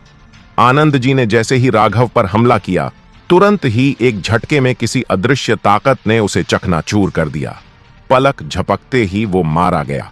कोई कुछ समझ पाता, उससे पहले ही सब खत्म हो चुका था। ऊंचे मंच पर राघव दोनों हाथ पीछे बांधे खड़ा था। दुबली सी काया होते हुए भी उस पल वो किसी एम्परर की तरह प्रचंड और प्रभावशाली लग रहा था। हालांकि दामोदर और बाकी सभी एल्डर का तो पसीना छूट गया। भगवान का शुक्र था कि राघव सुरक्षित था। अगर आनंद जी का हमला सफल हो जाता तो सच में सब खत्म हो जाता। दामोदर मन ही मन सोचने लगा, साफ है राघव ही है जिसे हमारे पूर्वज ने हमारे सेक्ट को फिर से उठाने के लिए चुना है। आनंद जी ने उसकी जान लेने की कोशिश की और पूर्वज ने उसे बर्दाश्त नहीं किया। उधर लोतियान पवित्र भूमि की तरफ से सेक्रेड डाओ मिस्टिक वेपन से जबरदस्त दबाव डाला जा रहा था। कुछ ही समय में एम्परर इमोर्टल सेक्ट की रक्षा बाधा ग्रेट फॉर्मेशन कमजोर पड़ने लगी थी। वो किसी तरह इस पवित्र अस्त्र की दबाव को झेल रही थी, लेकिन ज्यादा देर नहीं टिक सकती थी। जैसे ही उनकी स्पिरिट स्टोन्स खत्म होती, रक्षा बाधा अपने आप बिखर जाती। 9वीं श्रेणी की इतनी उन्नत फॉर्मेशन को कायम रखने के लिए भारी मात्रा में स्पिरिट स्टोन्स चाहिए होती हैं, और एम्परर इमॉर्टल सेक्ट पहले से ही आर्थिक तंगी में था। अब ये बोझ और ज्यादा भारी हो गया था। अगर ये फॉर्मेशन टूट गई तो उनका सेक्ट फिर से विनाश के कगार पर होगा। शकुंतला जी और अन्य एल्डर बहुत तनाव में थे, लेकिन घबराए नहीं, क्योंकि उन्हें पता था कि उनके पास अब भी एम्परर की नींव, एम्परर फाउंडेशन है। यही उनकी आखिरी उम्मीद थी। 3 दिन पहले जब हुआंग और मो ने हमला किया था, उस वक्त भी रक्षा बाधा टूटी थी, लेकिन जैसे ही वो अंदर घुसे, एम्परर की नींव ने उन्हें पूरी तरह दबा दिया। उनकी पूरी कल्टीवेशन सील हो गई थी। उसी कारण एम्परर इमॉर्टल सेक्ट बच पाया। अब फिर से सबकी निगाहें उस नींव पर टिकी थीं। क्या एक और चमत्कार होगा? इसी बीच लुओतियान पवित्र भूमि के एक एल्डर ने कहा, वो आनंद जी जैसे थप्पड़ में उड़ गया। क्या ये उनके पूर्वज की ही ताकत थी? संजू टेलर ठंडी आवाज में बोली, छोड़ो उसे, हमें तो बस उसका इस्तेमाल करके राघव को पकड़वाना था। अब वो मर चुका है तो हमें खुद ही सब खत्म करना होगा। फॉर्मेशन को पूरी तरह खत्म कर दो, एक भी न बचे। चारों बड़े एल्डर एक साथ अपनी ताकत झोंक देते हैं और सेक्रेड डाओ मिस्टिक वेपन को पूरी शक्ति से चलाते हैं। धड़ाम! लेकिन ठीक उसी वक्त एम्परर इमॉर्टल सेक्ट की रक्षक बाधा अचानक गायब हो जाती है। पूरा सेक्ट सीधे सेक्रेड वेपन के निशाने पर आ गया। सब सन्न रह जाते हैं। लुओतियान के एल्डर उपहास उड़ाते हैं, इनके पास तो अपनी बाधा तक चालू रखने की शक्ति नहीं बची। ऐसा सेक्ट जिंदा रहने लायक नहीं है। मारो! चारों युद्ध पोतों से गूंजता हुआ मारो मारो मारो का नारा उठता है। चारों प्राचीन युद्ध पोतों पर 10,000 से अधिक शक्तिशाली कल्टीवेटर्स थे, जिनमें संरक्षक, हॉल मास्टर और सच्चे शिष्य शामिल थे। 3 दिन पहले मिली हार के बाद अब वो कोई रिस्क नहीं लेना चाहते थे। धड़ धड़ धड़ उनकी पूरी सेना एम्परर इमॉर्टल सेक्ट पर टूट पड़ती है। एम्परर इमॉर्टल सेक्ट के एल्डर घबरा जाते हैं, उनका हौसला टूट जाता है। उधर मंच पर अकेला खड़ा राघव बस हल्का मुस्कुराया, फिर जोर से जमीन पर पैर पटका। धम! एक भयानक कंपन, जिसे सुनकर सबके दिल बैठ गए। फिर जैसे ही वो कंपन गूंजा, एक अदृश्य विशाल पांव आसमान से उतरा और पूरे लुओतियान की सेना पर टूट पड़ा। छपाक! छपाक! एक पल में 10,000 सैनिक मारे गए। पूरा मैदान खून से नहा गया। चारों एल्डर सन्न, उनके चेहरे सफेद पड़ गए। ये हुआ क्या अभी? कोई जवाब नहीं दे पाया। एम्परर इमॉर्टल सेक्ट के सारे लोग हैरान थे। ये कैसा हमला था? कई दूसरे सेक्टों के गुरु जो छिपकर देख रहे थे, हैरानी में सांसें रोक चुके थे। क्या एम्परर इमोर्टल सेक्ट के पूर्वज ने दोबारा हस्तक्षेप किया? पर वो कैसे सेक्रेड डाओ मिस्टिक वेपन के होते हुए इतने लोगों को यूं ही मिटा सकता है? क्या उनके पास उससे भी ज्यादा ताकतवर कोई हथियार है? तब राघव ने युद्धपोतों की ओर देखा और हल्के से हंसा। अभी तो कह रहे थे ना कि एक को भी नहीं छोड़ेंगे। तो आइए फिर से कोशिश करिए। चारों एल्डर अब पूरी तरह डरे हुए थे, लेकिन फिर भी बोले, ओ घमंडी लड़के, इतना मत उड़। हमारे पास सेक्रेड डाओ मिस्टिक वेपन है। हमारे साथियों को मारकर तू समझता है तू जीत गया? हमारा अस्त्र तुम्हारे पूरे सेक्ट को मिटा सकता है।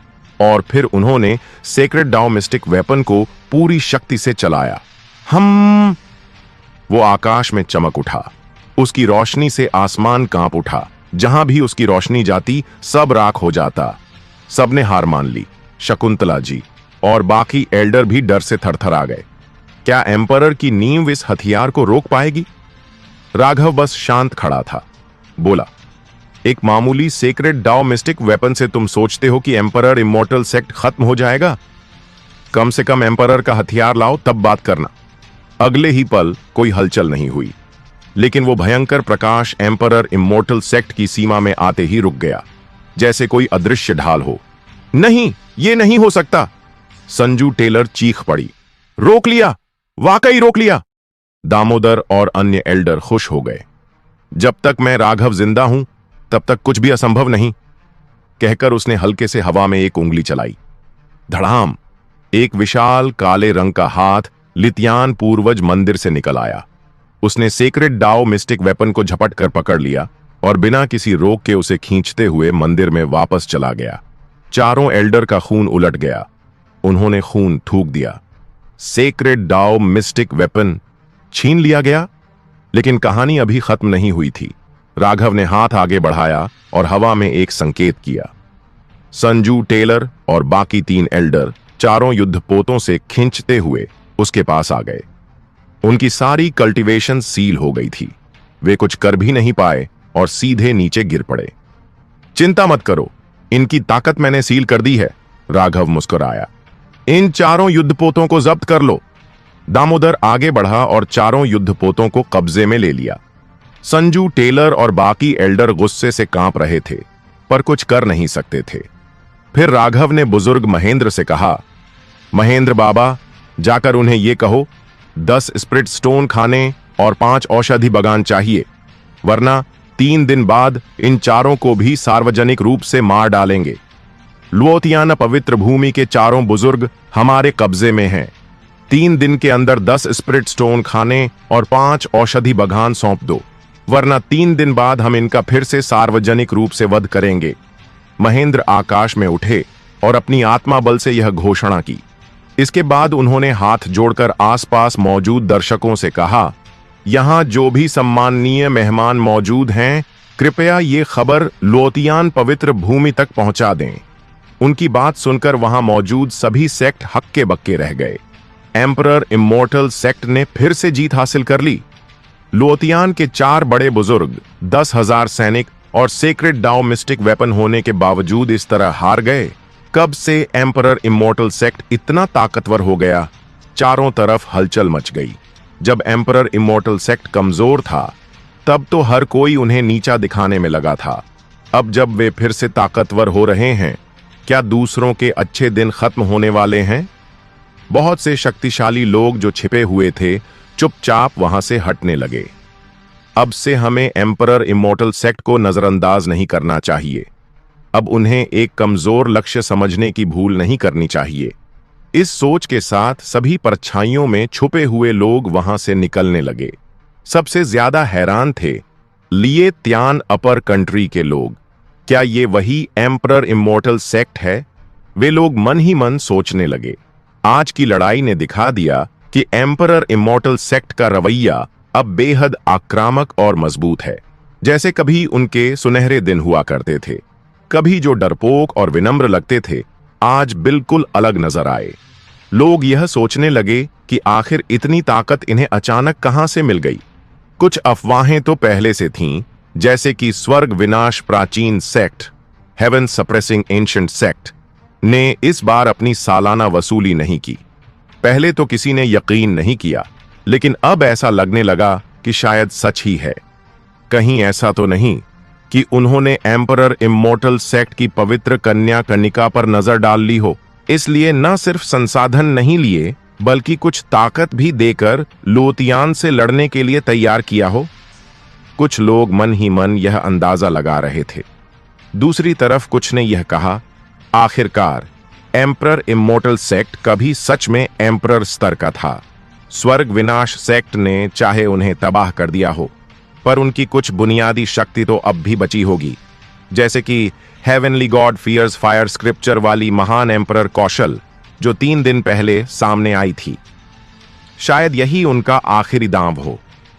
लेकिन बात जो भी हो, इस लड़ाई में एम्परर इमोर्टल सेक्ट जीत गया, और किसी को भी अंदाजा नहीं था कि इस सब के पीछे असली वजह कौन था। राघव। बाकी दुनिया की नजर में वो तो बस एक निकम्मा, गंवार और दामाद था। वो कैसे इतने बड़े युद्ध का निर्णायक बन सकता था? लेकिन एम्परर इमोर्टल सेक्ट के वरिष्ठ लोगों को साफ पता था असली नायक कौन है। महेंद्र के लौटते ही सबकी नजरें राघव पर टिक गईं। अब जो नजरिया पहले उपेक्षा भरा था, वो अब था सम्मान, श्रद्धा और कृतज्ञता। यहां तक कि शकुंतला जी, उसकी सास जो उसे पहले तिरस्कार करती थी, अब उसे पूरे सम्मान से देख रही थी। तभी तू साले बहुत बुरा मरेगा, संजू टेलर जो अभी भी बंदी थी चीख पड़ी। तूने मेरे बेटे को मारा है, मैं तुझे नहीं छोड़ूंगी। दुश्मनी की कहावत सच हो गई। संजू टेलर को जैसे ही राघव दिखा, वो अपना आपा खो बैठी। और तू कनिका, तू नीच लड़की, मेरा बेटा तुझसे शादी करना चाहता था, लेकिन तूने जानबूझकर इस गंवार से शादी कर उसे सबके सामने शर्मिंदा कर दिया। अब तू भी मरेगी, तुम सब मरो। संजू टेलर की गालियां सुनकर आसपास खड़े लोग असहज हो उठे। कणिका ने शांत स्वर में कहा, मैंने पहले ही कह दिया था कि मैं रवि टेलर से शादी नहीं करूंगी, और राघव और मेरी पहले से सगाई हो चुकी थी, तो मैंने उसी से शादी की। इसमें गलत क्या है? उसका जवाब बिल्कुल साफ और सच्चा था। लेकिन संजू टेलर आग बबूला हो गई। मेरा बेटा इस बेकार लड़के से किस बात में कम था? तूने जानबूझकर उसे नजरअंदाज किया ताकि वो टूट जाए।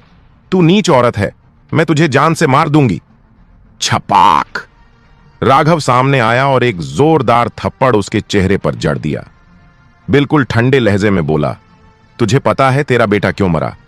क्योंकि उसकी मां तेरे जैसी थी। ऊपर की छत तिरछी हो तो नीचे की दीवारें भी गिर जाती हैं। तेरी सोच ही बिगड़ी हुई है। पूरी सभा में सन्नाटा छा गया। तूने मुझे मारा? संजू टेलर हक्का बक्का रह गई। वो लोतियान पवित्र भूमि के संत मास्टर की पत्नी थी, बड़ी एल्डर थी और पूरे सम्मान के साथ जानी जाती थी। उसे किसी ने आज तक कुछ कहने की हिम्मत नहीं की थी, और आज किसी ने थप्पड़ मार दिया। तेरी बकवास सुनने की जरूरत नहीं।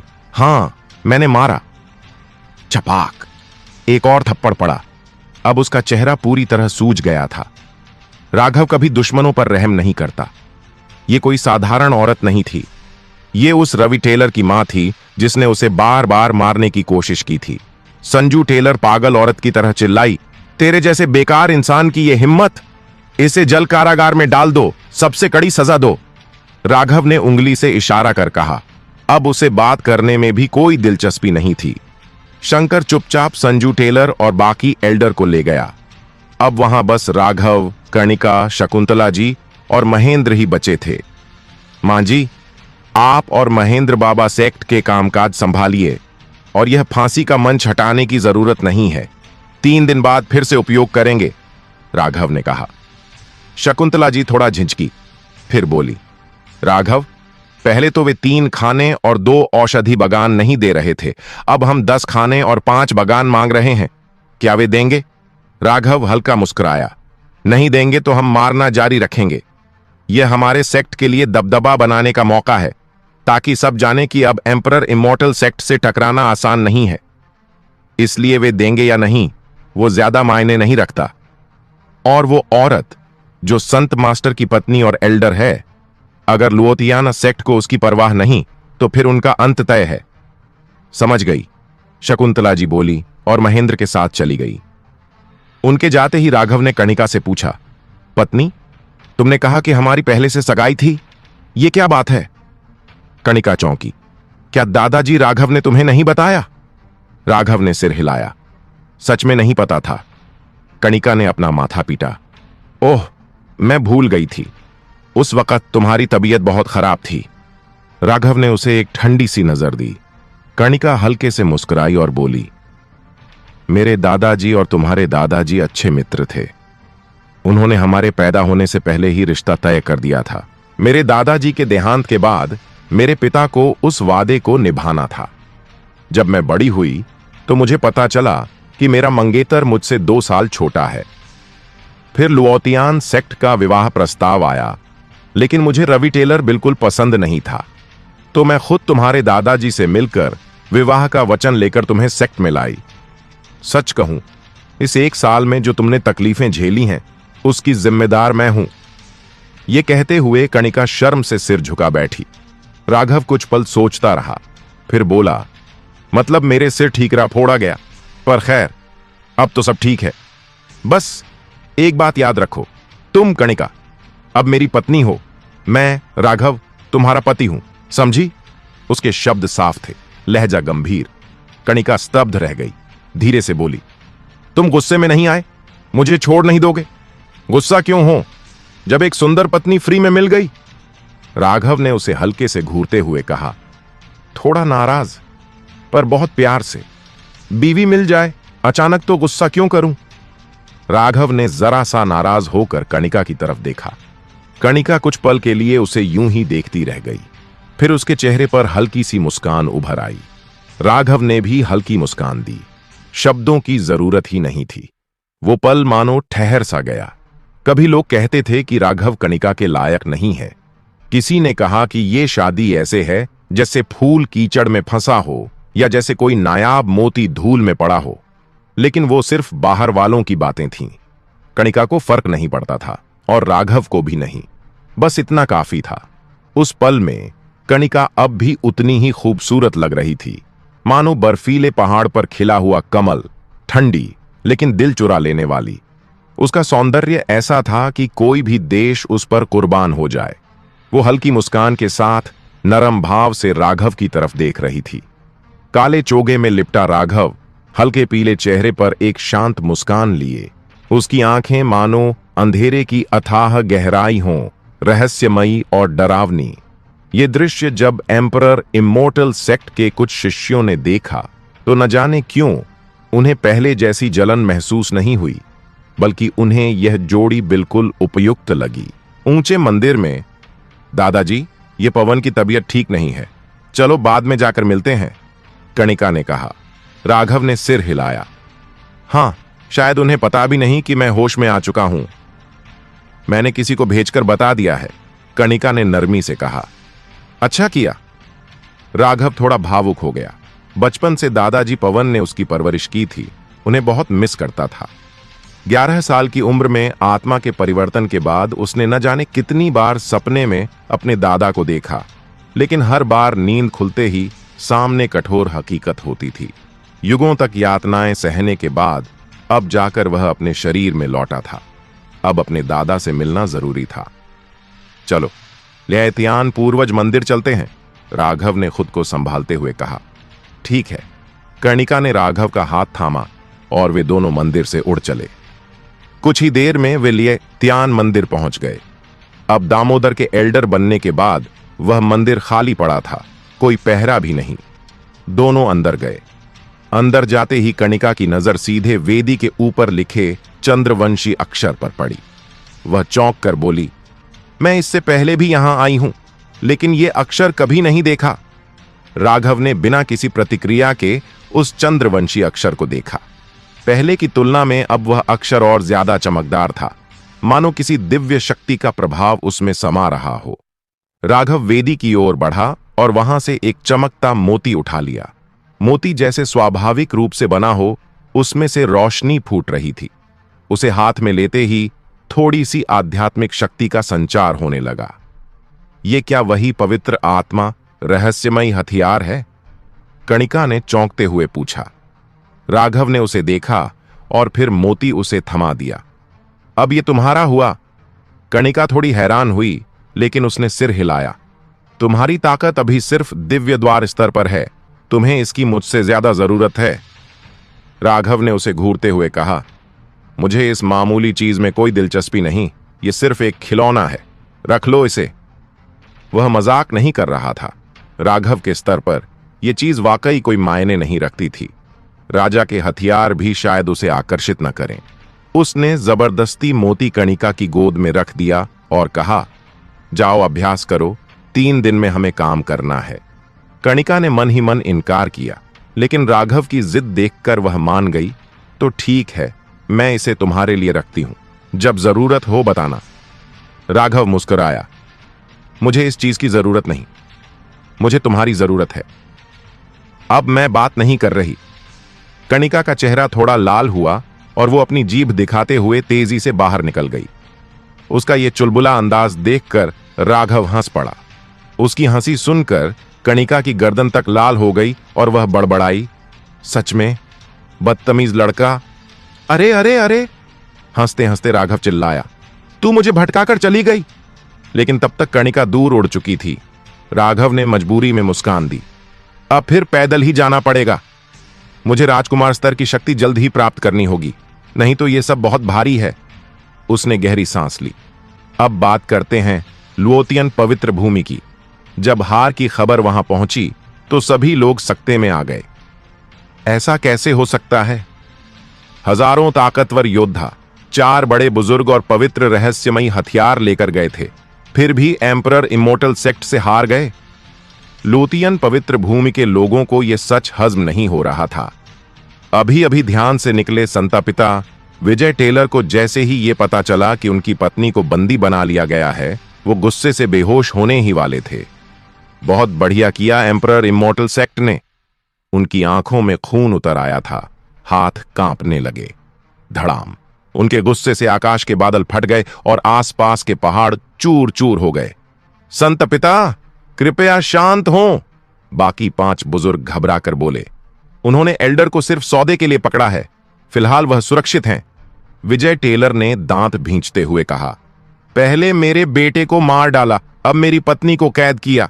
अगर मैं बदला नहीं लूंगा तो मुझे मर्द कहने का हक नहीं। हम आपकी पीड़ा समझते हैं, दूसरे एल्डर ने गंभीरता से कहा। पर एल्डर संजू के पास रहस्यमयी हथियार होने के बावजूद हार जाना बताता है कि एम्परर इमोर्टल सेक्ट अब पहले जैसा नहीं रहा। ऊपर से अब लुओतियन पवित्र भूमि पर रक्तदेव मंदिर और राक्षस सेक्ट की नजर भी है। अगर हम पूरी ताकत से एम्परर इमोर्टल सेक्ट पर हमला करते हैं तो और बड़ी विपदा आ सकती है। बाकी 4 एल्डर भी चिंता में पड़ गए। पहले लुओतियन जैसी भूमि को कोई छू नहीं सकता था, अब उस पर लगातार हमले हो रहे हैं। विजय टेलर समझ गए कि स्थिति गंभीर है। कोई भी गलती पूरे सेक्ट को तबाह कर सकती है। राक्षस सेक्ट और रक्तदेव मंदिर का सामना मैं खुद करूंगा, बट एम्परर इमोर्टल सेक्ट को कौन संभालेगा? उन्होंने पूछा। दूसरे एल्डर ने सोचा और कहा, जैसे वो कह रहे हैं वैसे ही करना बेहतर होगा। उन्हें 10 आध्यात्मिक पत्थर की खदानें और 5 औषधि खेत दे दो और एल्डर चाई को वापस ले आओ। बिल्कुल नहीं, बाकी एल्डर भड़क उठे। इतनी खदानें और खेत उन्हें दे दिए तो वे पूरी तरह संभल जाएंगे और हमारा सेक्ट कमजोर पड़ जाएगा। दूसरे एल्डर ने कहा, हम असली में देंगे नहीं, सिर्फ दिखावे के वादे अब नहीं चलेंगे। एल्डर बोले, खदानें और खेत उनके इलाके के पास के दे दो, एल्डर संजू की जान बच जाए पहले। दूसरे एल्डर ने समझाया। सही है, सब बोले। कागजों पर भले ही उनके हो जाएं, लेकिन असल में वे कुछ नहीं कर पाएंगे। ठीक है, ये योजना चलेगी। विजय टेलर ने हामी भरी। दूत बनकर कौन जाएगा? उन्होंने पूछा। सभी एक दूसरे को देखने लगे। मैं जाऊंगा, दूसरे एल्डर ने कहा। सावधानी बरतिए, बाकी एल्डर जल्दी से बोले, जैसे उन्हें डर हो कि कहीं दूसरा एल्डर पीछे न हट जाए। ये देख विजय टेलर की आंखों में नफरत सी चमक उठी। अगर हालात इतने बुरे न होते और जरूरी लोग न होते तो वे इन बुजुर्गों को कब का सजा दे चुके होते। एक मामूली एम्परर इमोर्टल सेक्ट से 2 बार हार गए और ये लोग डर से कांपने लगे। ऐसे लोग एल्डर कहलाने लायक नहीं।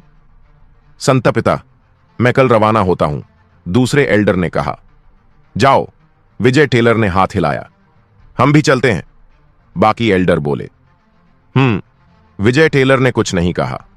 अब हॉल में केवल विजय टेलर अकेले थे। उन्होंने माथा रगड़ा और कहा, प्रिय, चिंता मत करो, मैं तुम्हें जरूर वापस लाऊंगा और रवि का बदला जरूर लूंगा। थोड़ी देर बाद उन्होंने धीरे से कहा, छाया, कुछ दिनों के लिए मेरी जगह संभालो, मैं स्वर्ग दमन प्राचीन सेक्ट जा रहा हूं। जी। अंधेरे में से एक छाया सी आकृति उभरी, बिल्कुल विजय टेलर जैसी दिखने वाली। एम्परर इमोर्टल सेक्ट के चारों ओर आज जो दृश्य घटा, उसने बहुत से लोगों के मन में हलचल मचा दी थी।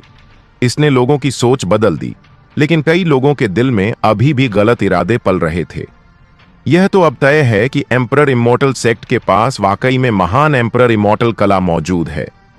भले ही हमें यह न पता हो कि उन्होंने लुओतियान पवित्र भूमि की विशाल सेना को कैसे हरा दिया, लेकिन आज की घटना से इतना तय है, अब और भी सेक्ट उन पर हमला करेंगे। ओह, महान एम्परर इमोर्टल कला, अगर किसी को वो मिल जाए तो जीवन ही सफल हो जाए। हमें ऐसी बातें सोचनी भी नहीं चाहिए। अगर स्वर्ग दमन प्राचीन सेक्ट को ये खबर लग गई तो वे खुद पहुंच जाएंगे इसे हथियाने। अगर हम पहले आगे बढ़े तो शायद हमें ही मिटा दिया जाए और पता भी न चले कैसे मरे। इस समय एम्परर इमोर्टल सेक्ट से उलझना ठीक नहीं है। हमें तो बस अपने काम से मतलब रखना चाहिए। ऐसी बातें बहुत से ताकतवर गुटों के बीच गुपचुप चल रही थीं। उधर लितियान स्वर्गीय साम्राज्य के भीतर कई उच्च अधिकारी पछता रहे थे। हमें एम्परर इमोर्टल सेक्ट से अलग होने में इतनी जल्दबाजी नहीं करनी चाहिए थी। उनके पास तो महान एम्परर इमोर्टल कला और भी रहस्य थे। एक वरिष्ठ राजकुमार ने लंबी सांस लेते हुए कहा। फिर भी एम्परर इमोर्टल सेक्ट की ताकत हमारी लितियान साम्राज्य से ज्यादा नहीं हो सकती थी। अलग होना तय था, एक सेनापति ने दृढ़ता से कहा। दुर्भाग्य की बात है कि हम वह महान कला नहीं हासिल कर सके, लितियान अकादमी के एक वरिष्ठ सदस्य ने अफसोस से कहा। अगर वो कला हमारी अकादमी के पास होती तो सोचिए कितने वीर योद्धा पैदा कर सकते थे हम। अब समझ आया कि कणिका इतनी शक्तिशाली क्यों थी। उसने गुप्त रूप से वही कला साध ली थी। चारों तरफ चर्चाओं का माहौल था। तभी लितियान एम्परर की भारी भरकम आवाज गूंजी। अब इस विषय पर और चर्चा नहीं होगी। आज से लितियान स्वर्गीय साम्राज्य का एम्परर इमोर्टल सेक्ट से कोई लेना देना नहीं रहेगा। यह सुनते ही सारा दरबार शांत हो गया। एम्परर का आदेश कानून के समान होता है, जो टाले उसे मृत्यु दंड तक मिल सकता है। चाहे कोई कितना भी पछताए, सच्चाई यही थी और इसे बदला नहीं जा सकता था। अब क्या वे एम्परर इमोर्टल सेक्ट के सामने जाकर हाथ जोड़कर कहें कि हमें फिर से अपना बना लो और वो महान कला दे दो? न केवल ये असंभव था, बल्कि एम्परर इमोर्टल सेक्ट इतना मूर्ख नहीं था। अंत में लोगों ने खुद को तसल्ली दी। चलो, अच्छा ही हुआ। अब जब एम्परर इमोर्टल सेक्ट पर स्वर्ग दमन प्राचीन सेक्ट का दबाव बढ़ेगा तो उसका असर हम पर नहीं पड़ेगा। वैसे भी अब जल्द ही उन्हें अपनी जान बचाने के लिए वो कला खुद ही सौंपनी पड़ेगी। उधर विजय टेलर चुपचाप लुओतियान पवित्र भूमि से निकलकर स्वर्ग दमन प्राचीन सेक्ट पहुंचे, जहां उन्हें अभिजीत से मिलना था। लेकिन अभिजीत को देखकर वे चौंक गए। उनकी कल्टीवेशन अचानक से राजकुमार स्तर तक गिर चुकी थी, बल्कि उसमें भी गिरावट के लक्षण दिख रहे थे। भाई अभिजीत, ये क्या हो गया?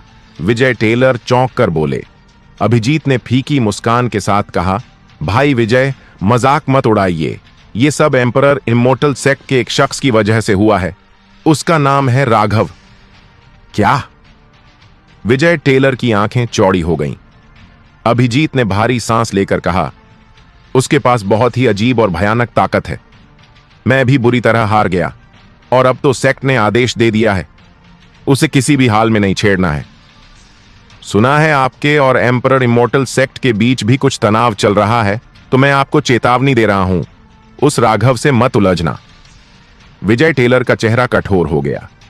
अभिजीत ने उनकी हालत देखी और पूछा, कहीं आप पहले ही उलझ तो नहीं चुके? विजय टेलर ने कड़वे स्वर में कहा, उसने मेरे बेटे को मार डाला और अब मेरी पत्नी को बंधक बना लिया है। अभिजीत कुछ पल चुप रहे, फिर बोले, तो भाई आप इस बार क्या चाहते हैं? विजय टेलर ने हाथ जोड़ते हुए कहा, मैं चाहता हूं कि कुछ भाई लोग मेरे साथ चलें एम्परर इमोर्टल सेक्ट तक।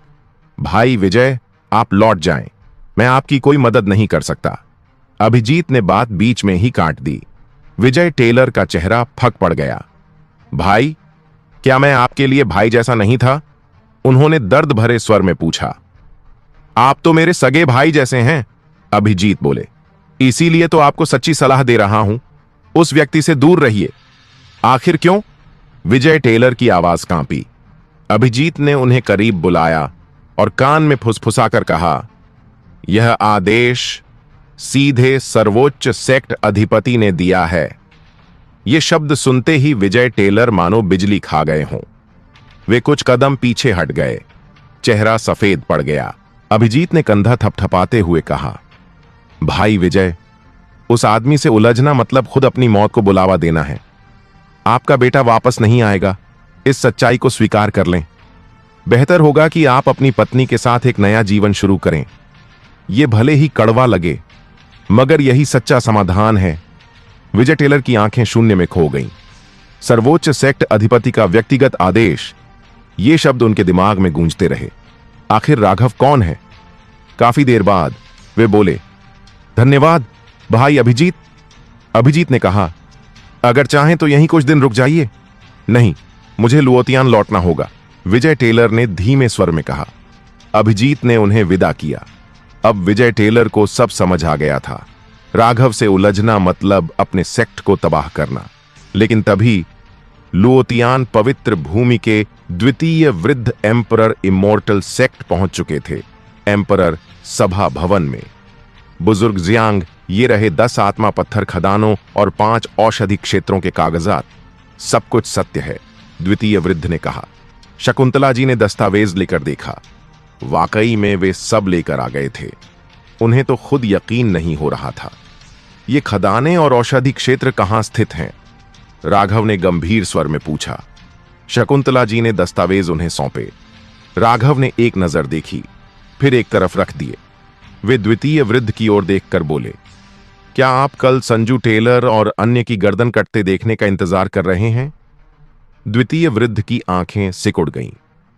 राघव, इसका मतलब क्या है? हमने तो वह सब दिया जो आपने मांगा। अब क्या एम्परर इमोर्टल सेक्ट अपने वचन से मुकरना चाहता है? सभा भवन में उपस्थित सभी चुप हो गए। शकुंतला जी की प्रतिक्रिया से तो लगता था सब ठीक है।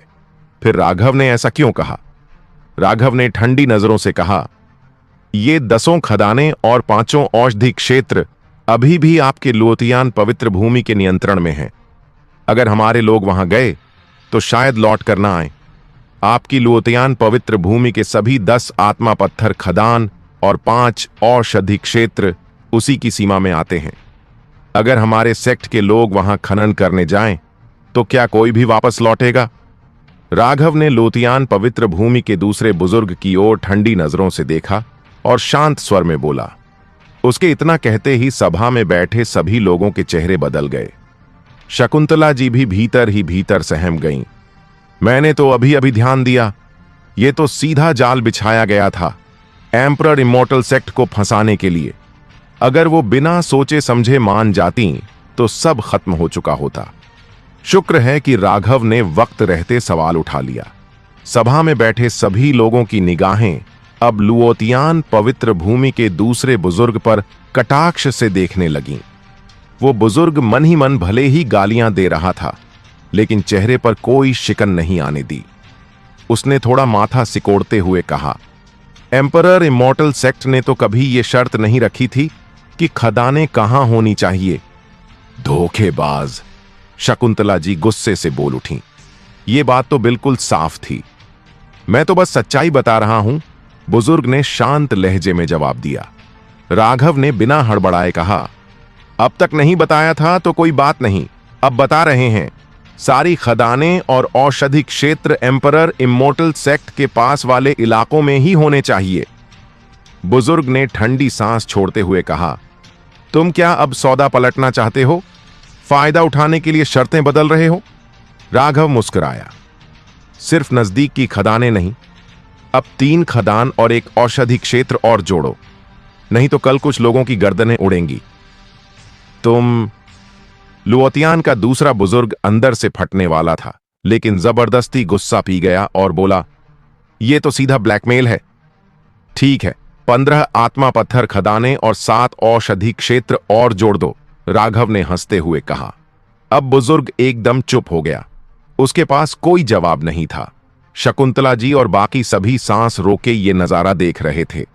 अब आत्मा पत्थर खदानों की संख्या 15 और औषधि क्षेत्रों की संख्या 7 हो चुकी थी।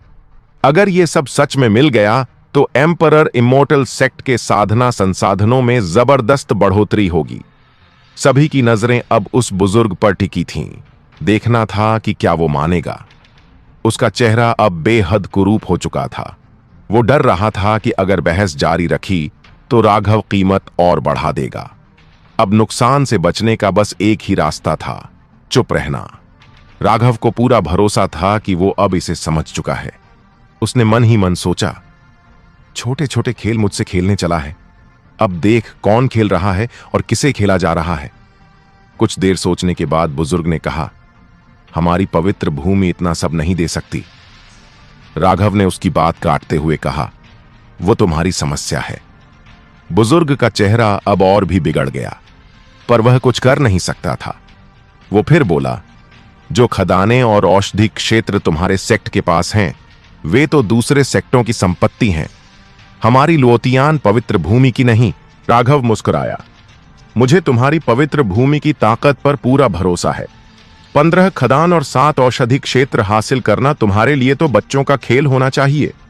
सभा भवन में बैठे सभी लोग हैरानी से एक दूसरे की ओर देखने लगे, जैसे राघव कोई चालाक बूढ़ा लोमड़ी हो जिसने इस बुजुर्ग को पूरी तरह घेर लिया हो। बुजुर्ग की आंखों में खून उतर आया था। वो इस नौजवान को चीर कर फेंक देना चाहता था, लेकिन एम्परर इमोर्टल सेक्ट में बैठा होने के कारण कुछ कर नहीं सकता था। उसने गुस्से को दबाते हुए कहा, इतनी सारी व्यवस्था करने में वक्त लगेगा, क्या आप हमें थोड़ा और समय देंगे? राघव मुस्कुराया और बोला, बिल्कुल, इंसाफ की बात है, पर तब तक तुम्हारे चारों बुजुर्गों को और कष्ट झेलना पड़ेगा, खास तौर पर संजू टेलर, जिसने मेरी काफी बेइज्जती की थी। इसलिए जेल में रखवालों को मैंने थोड़ा सख्त होने को कहा है। हो सकता है जब तक तुम लौटो उसके शरीर का कोई हिस्सा कम हो जाए। उम्मीद है तुम्हारा सेक्ट इसे समझेगा। हाँ, लुओतियान पवित्र भूमि का दूसरा बुजुर्ग गहरी सांस लेते हुए तिलमिला गया। उसने जबरदस्ती खुद को संभालते हुए कहा, 3 दिन के अंदर आपको सब मिल जाएगा। बस हमारी सेक्ट के भाई बहनों को ज्यादा तकलीफ मत देना। फिर वो खड़ा हुआ और हल्की झुककर बोला, अब मैं चलता हूं। जरूर, लेकिन 3 दिन में काम पूरा हो जाना चाहिए, राघव ने हंसते हुए कहा। बुजुर्ग बिना कुछ कहे सभा भवन से निकल गया। कुछ पल बाद धड़ाम, आसमान में तेज गड़गड़ाहट गूंजी। शकुंतला जी और बाकी सभी चौंक पड़े। राघव मुस्कुराया, कोई बात नहीं, लगता है लुओतियान के बुजुर्ग ने गुस्से में बाहर की एक पहाड़ी तोड़ डाली है। सभी ने पहले हैरानी जताई, फिर सब हंस पड़े। वाकई में उस बुजुर्ग ने बाहर जाकर एक पूरी पहाड़ी को चूर चूर कर दिया था। लुओतियान के शिष्य जो बाहर इंतजार कर रहे थे डर गए और धीरे से पास आकर बोले, गुरुजी, क्या हुआ? बुजुर्ग का चेहरा कालिक सा पड़ा था। उसने कुछ कहे बिना बस एक बात बोली, सेक्ट लौट चलो। ये काम अब अकेले उसके बस का नहीं था, उसे लौटकर मदद लेनी थी। पलकी में बैठा वो बुजुर्ग अब मन ही मन गालियां बक रहा था। ये लोमड़ी कहां से आ गई? एम्परर इमोर्टल सेक्ट में ये लड़का पैदा कब हो गया? अगर ये बीच में ना आता तो शकुंतला जी अब तक मान चुकी होती। सब चौपट कर दिया इस हरामी ने। अब उसके ऊपर भारी बोझ था, 15 खदान और 7 औषधि क्षेत्र 3 दिन में देना, वरना वो राघव जो कह चुका था वो कर दिखाएगा। अगर चारों बुजुर्गों की साधना नष्ट हो गई तो उन्हें बचाना भी बेकार होगा। लुओतियान पवित्र भूमि पहले ही संकट में थी, अब और झेल नहीं सकती थी। जो योजना पहले परफेक्ट लग रही थी, अब उसकी चिता जल चुकी थी और उसका जलाने वाला था राघव। इधर एम्परर इमोर्टल सेक्ट की तरफ खुशी का माहौल था। गुरुजी तो कमाल के निकले, 10 खदानें और 5 औषधि क्षेत्र को 15 और 7 में बदल दिया, महेंद्र ने दंग होकर कहा। शकुंतला जी ने भी राहत की सांस ली। सच कहूं तो अगर राघव न होता तो मैं उस पुराने लोमड़ी की चाल में फंस ही जाती। लेकिन राघव तो बस मुस्कुराया और बोला, मैंने जानबूझकर सौदे में एक झोल छोड़ा था, यह देखने के लिए कि क्या वो फंदे में फंसेगा। अगर नहीं फंसता तो 10 खदानें और 5 औषधि क्षेत्र भी ठीक थे, लेकिन चूंकि फंस गया तो अब दोष किसे दें? जानबूझकर झोल छोड़ा था। सभी लोग हैरान रह गए। तो क्या राघव ने शुरू से ही उन्हें फंसाने की योजना बना रखी थी? इसने चाल पहले ही बिछा दी थी। सभी के दिल में बस एक कहावत गूंज रही थी, झाड़ियों में छुपी हलचल ही असली मार्ग की ओर इशारा करती है। ये सब देख सुनकर किसी को यह शंका नहीं रही, ये सारा खेल इस नौजवान के दिमाग की उपज था। राघव ने मुस्कुराकर कहा, इस दुनिया में ताकत का सम्मान तो होता ही है, लेकिन कुछ दुश्मनों से निपटने के लिए दिमाग ज्यादा जरूरी है। कम से कम बल लगाकर ज्यादा फायदा उठाना, क्या यह शानदार नहीं है? पहले तो मुझे झूठे स्वर्ग एम्परर की कड़ी पकड़ से निकलने के लिए युगों तक योजनाएं बनानी पड़ी थीं, तो ये सब तो बस एक मामूली खेल है। प्राचीन काल में उसने न जाने कितने महान एम्पररों को अपने जाल में फंसाकर मार डाला था, तो लुओतियान पवित्र भूमि क्या चीज थी उसके लिए? ये सुनकर सभी को लगा मानो राघव उम्र में नहीं पर अनुभव में सबसे वरिष्ठ हो।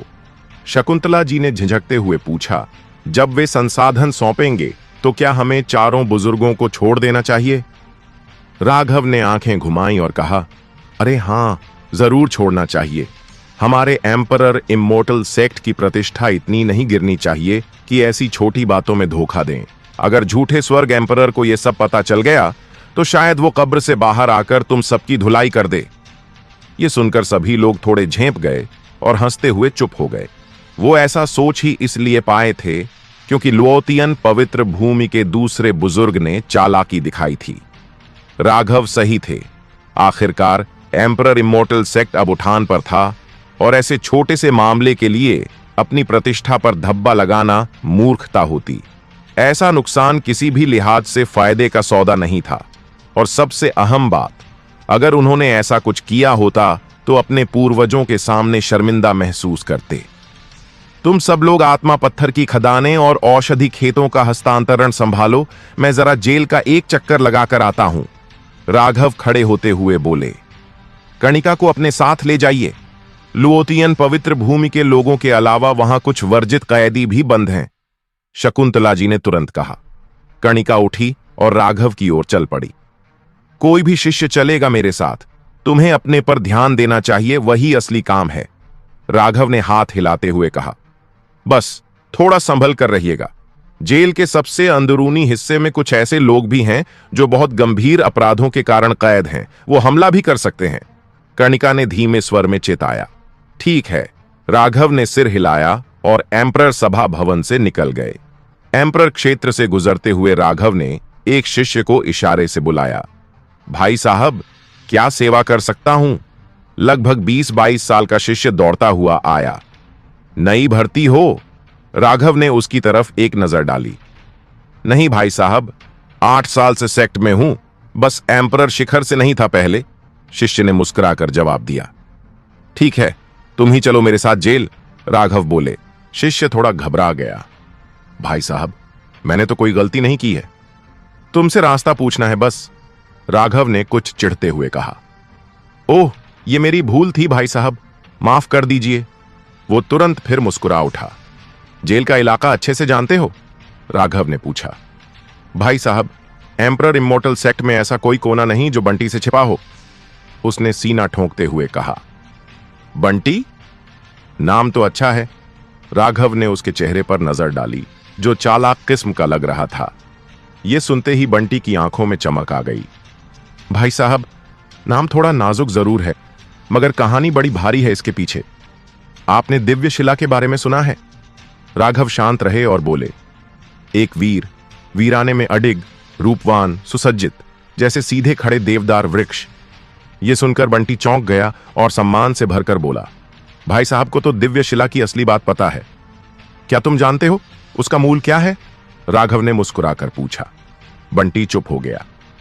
मैंने ही वो शिला स्थापित की थी, राघव बोले। बंटी को कुछ समझ नहीं आया, लेकिन वो चुप रहा। लगा जैसे ये भाई साहब तो मुझसे भी ज्यादा बढ़ चढ़कर बोलते हैं। चलो रास्ता दिखाओ, राघव ने कहा। हाँ भाई साहब, बंटी आगे आगे चल पड़ा। राघव पीछे पीछे चल रहे थे। उनके चेहरे पर हल्की सी स्मृति की छाया थी। वह दिव्यदास शिला वाकई उन्होंने ही बनाई थी, अपने अनेक दिव्य सेनापतियों की याद में। रास्ते में बंटी ने पूछा, भाई साहब, आप जेल क्यों जा रहे हैं?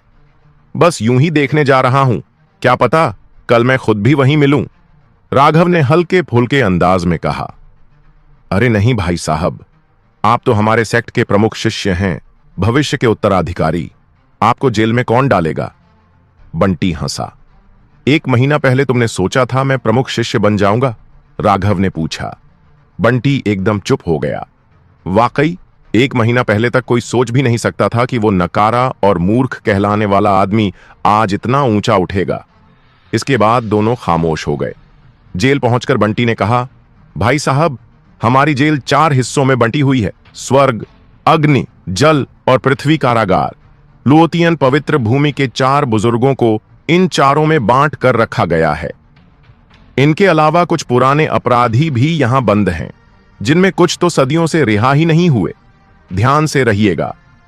स्वर्ग कारागार में कैदी हवा में लटकाए जाते थे, काले रस्सों से हाथ पैर बांधकर सीधी स्थिति में। कई जगहों पर तो कैदी सूखकर मम्मी जैसे बन गए थे। अंदर जाते ही एक भारी घृणा और पीड़ा की हवा चेहरा चीर गई। आखिरी कक्ष में लुओतियन पवित्र भूमि का एक बुजुर्ग पड़ा था, बिल्कुल टूटा बिखरा हुआ। सिर्फ 2 दिन में ही वह मृत प्राय लगने लगा था। राघव ने शांत भाव से उसे देखा और अपनी दिव्य दृष्टि से एक चिन्ह छोड़ दिया। इसके बाद अग्नि कारागार, फिर जल और अंत में पृथ्वी कारागार में भी उन्होंने यही किया। चारों बुजुर्गों पर गुप्त चिन्ह लगाकर निकलते गए।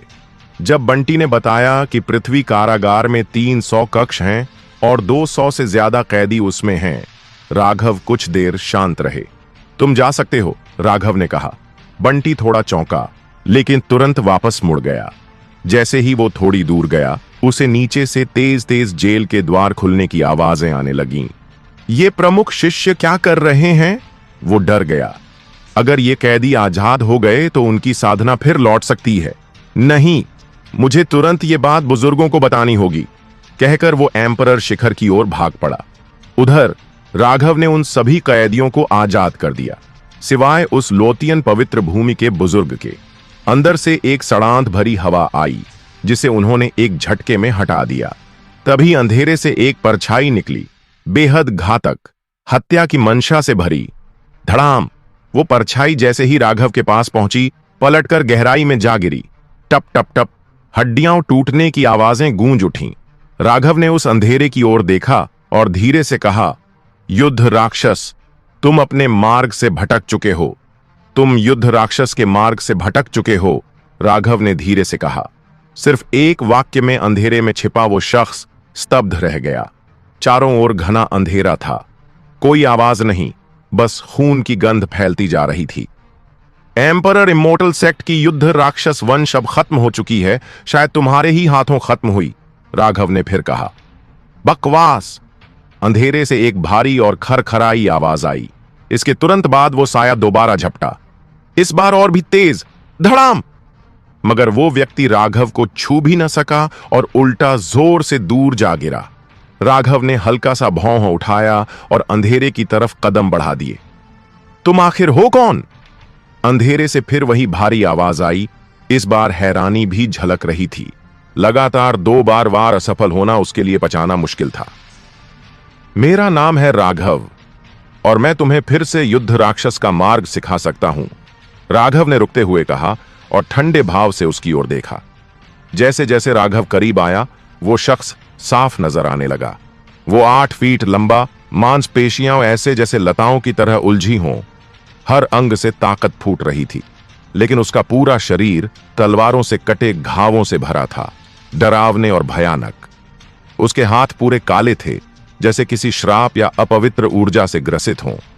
उन हाथों में वो एक हड्डी थामे था, जिस पर मांस भी चिपका था, जैसे अभी किसी के शरीर से फाड़ कर निकाली हो। चेहरे पर धूल और खून के बीच एक लंबा गहरा जख्म था और उसकी आंखों में कोई इंसानियत नहीं, बिल्कुल जंगली जानवर की तरह। वो थोड़ा झुका हुआ था, मानो किसी भी पल हमला कर दे। राघव ने शांत भाव से उसे देखा, बिना डरे। वो आदमी भी राघव को ऐसे देख रहा था जैसे कोई शिकारी किसी अनजान जानवर को देखता है। नजरें टिकी हुई, बदन तन कर खड़ा। मैंने तुम्हारा नाम पहले कभी नहीं सुना, वो धीरे से बोला, आवाज भारी और खींची हुई, लेकिन उसमें एक अजीब सी खिंचाव थी। तुम 1000 साल से धरती काल कोठरी में बंद हो, जाहिर है तुमने मेरा नाम नहीं सुना होगा। राघव ने मुस्कुराते हुए कहा। मुझे बाहर निकालने का क्या मकसद है? उसने पूछा। युद्ध राक्षस वंश को मिटने नहीं देना है, राघव ने कहा। जब तक मैं हूं, युद्ध राक्षस वंश खत्म नहीं होगा, वो व्यक्ति ठंडी आवाज में बोला। मैंने कहा ना, तुम रास्ते से भटक गए हो, राघव ने दोहराया। तुम युद्ध राक्षस के मार्ग को समझते हो? हां, हास्यास्पद, उसने ताना मारा। राघव चुप रहा, फिर अपना दाहिना हाथ उठाया। उसने हवा में उंगलियां घुमाई और देखते ही देखते उसका हाथ काला होने लगा। साथ ही काल कोठरी में भरी खून, पीड़ा और घृणा की सारी नकारात्मक ऊर्जा एक धूसर लहर बनकर उसके हाथ पर जमा हो गई। उसने एक हाथ से मुहर बनाई और हल्के से एक हथेली आगे बढ़ाई। धड़ाम! अगले ही पल वो आदमी जोर से दीवार से टकराया और 3 फीट गहराई तक उसमें धंस गया। वो कुछ नहीं बोला, उसकी आंखें फटी रह गईं। वो राघव के काले हाथ को घूर रहा था और उसके मुंह से खून बह रहा था। युद्ध राक्षस जीवन मृत्यु मुहर। वो चौंक पड़ा। तुम्हारा नाम क्या है? राघव ने पूछा। कुछ देर बाद वो थोड़ा शांत हुआ और बोला, टाइगर। हां, ये था वही टाइगर। नाम लेने के बाद उसने सिर झुकाया और धीमे से कहा, तुम जा सकते हो, मैं यहां से नहीं जा सकता। राघव हल्के से मुस्कुराया, अपनी दिव्य चेतना से सीधा टाइगर की आत्मा में घुस गया और वहां एक चंद्रवंशी मुहर छोड़ दी। अब जा सकते हो, उसने कहा। टाइगर का चेहरा थोड़ा पीला पड़ गया। वो दांत पीसते हुए बोला, तुमने मेरी आत्मा में चंद्रवंशी मुहर लगा दी। समय आने पर समझोगे, ये तुम्हारे लिए एक सम्मान है, राघव ने कहा और बिना पीछे देखे आगे बढ़ गया। टाइगर ने उसकी पीठ को देखा। उसे मारने की इच्छा मन में उठी, लेकिन वो खुद को रोक गया। वो दीवार से गिरा और चुपचाप उसके पीछे चल पड़ा। चाहे तुमने मेरी आत्मा में मुहर लगा दी हो, मैं तुम्हारा गुलाम नहीं बनूंगा, उसने ठंडे स्वर में कहा। यह तुम्हारी समस्या है, मेरा काम है युद्ध राक्षस की वंश परंपरा को जिंदा रखना। राघव ने पीछे देखे बिना जवाब दिया। टाइगर एक पल रुका, फिर बिना कुछ कहे उड़ता हुआ उसके पीछे चल पड़ा। इसी समय स्वर्गीय कारागार के द्वार पर दामोदर, शकुंतला जी, महेंद्र, शंकर, कणिका और बाकी रक्षक खड़े थे। उनके पीछे बंटी खड़ा था, चेहरा सफेद पड़ा हुआ। टाइगर, वो राक्षस धरती काल कोठरी में कैद है, उसे बाहर नहीं निकलने देना चाहिए, दामोदर ने गंभीर स्वर में कहा। अगर वो छूट गया तो एम्परर इमोर्टल सेक्ट खून से नहाएगा। इतना कहकर वह सबसे पहले अंदर चला गया। बाकी एल्डर भी उसके पीछे पीछे अंदर गए। इसी समय किसी के कदमों की आवाज आई। सब रुक गए और चौंक कर इधर उधर देखा। फिर अंधेरे में से राघव आता दिखा और उसके पीछे टाइगर! राघव, भागो! शकुंतला जी ने चिल्लाते हुए कहा। राघव ने सबको रास्ता रोकते देखा और हल्के से भौं उठाकर मुस्कुराया। आप लोग यहां कैसे? टाइगर, संभल कर रहना, राघव हमारे सेक्ट को पुनर्जीवित करने के लिए चुना गया है, दामोदर ने चेतावनी दी। टाइगर ने उसकी ओर घूरा, मगर चुप रहा और शांति से पीछे चलता रहा। राघव, इधर आओ, कणिका ने मानसिक संदेश भेजा। राघव ने अपनी नाक खुजाई, मन ही मन बोला, ये लोग तो इस टाइगर से सच में डरते हैं। चिंता मत करो, ये किसी को नुकसान नहीं पहुंचाएगा, उसने सबको आश्वस्त किया। तुम नहीं जानते राघव, टाइगर को 1500 साल पहले इसलिए कैद किया गया था क्योंकि उसने अपने ही सेक्ट के लोगों को बेरहमी से मारा था, दामोदर ने कहा। इसे कोई नहीं रोक सकता, दामोदर और एक शब्द भी बोला तो तेरा गला काट दूंगा, टाइगर ने पहली बार बोला, और उसके साथ ही भयंकर रक्त पिपासु ऊर्जा पूरे हाल में भर गई। दामोदर का चेहरा सफेद पड़ गया। हम्मा! राघव की आंखें संकरी हुईं। धड़ाम! अगले ही पल टाइगर फिर हवा में उड़ा और दूर जा गिरा। यह आखिरी बार है, राघव ने ठंडी आवाज में कहा और आगे बढ़ गया। टाइगर वहीं पड़ा रहा, चेहरा गुस्से से तना हुआ। बाकियों को यकीन नहीं हो रहा था ये वही टाइगर है जो कभी सेक्ट का सबसे क्रूर और ताकतवर राक्षस माना जाता था, जो एल्डर से भी ताकतवर था। उसे राघव ने काबू में कर लिया। भविष्य में यही एंसेस्टर टेंपल का रक्षक होगा, राघव ने कहा। ये अगर वो वहां रहा तो मंदिर ही तोड़ देगा, दामोदर ने कहा। एंसेस्टर टेंपल की रहस्यमय शक्तियां भूल गए? राघव मुस्कुराया। सब समझ गए। दामोदर ने सिर हिलाया। ठीक है, जैसा तुम कहो। सब जेल से बाहर निकलने लगे। जाते हुए सबने पीछे देखा। टाइगर अब भी चुपचाप सिर झुकाए पीछे पीछे चला आ रहा था। दामोदर को यकीन नहीं हो रहा था, क्या ये वही टाइगर है जो कभी उसकी जान लेने वाला था? अब बस राघव के पीछे पीछे चल रहा था, बिना कुछ कहे। फिर भी टाइगर की थोड़ी देर पहले की खूनी ऊर्जा ने सबको याद दिला दिया। हां, ये वही है। फर्क बस इतना है, अब राघव उसे काबू में रखे हुए है। राघव, अगली बार जब इतनी खतरनाक हरकत करो तो पहले बता दिया करो, दिल बैठ जाता है, दामोदर ने मुस्कुराते हुए कहा। बाकी एल्डर भी देख रहे थे, मगर राघव बिल्कुल शांत था। बोला, इसमें खतरनाक क्या था? बिल्कुल आसान था। अगले ही पल चारों तरफ सन्नाटा छा गया। स्टोरी में आगे जानेंगे क्या होगा। ऐसे ही रोमांटिक और इंटरेस्टिंग स्टोरी सुनने के लिए RC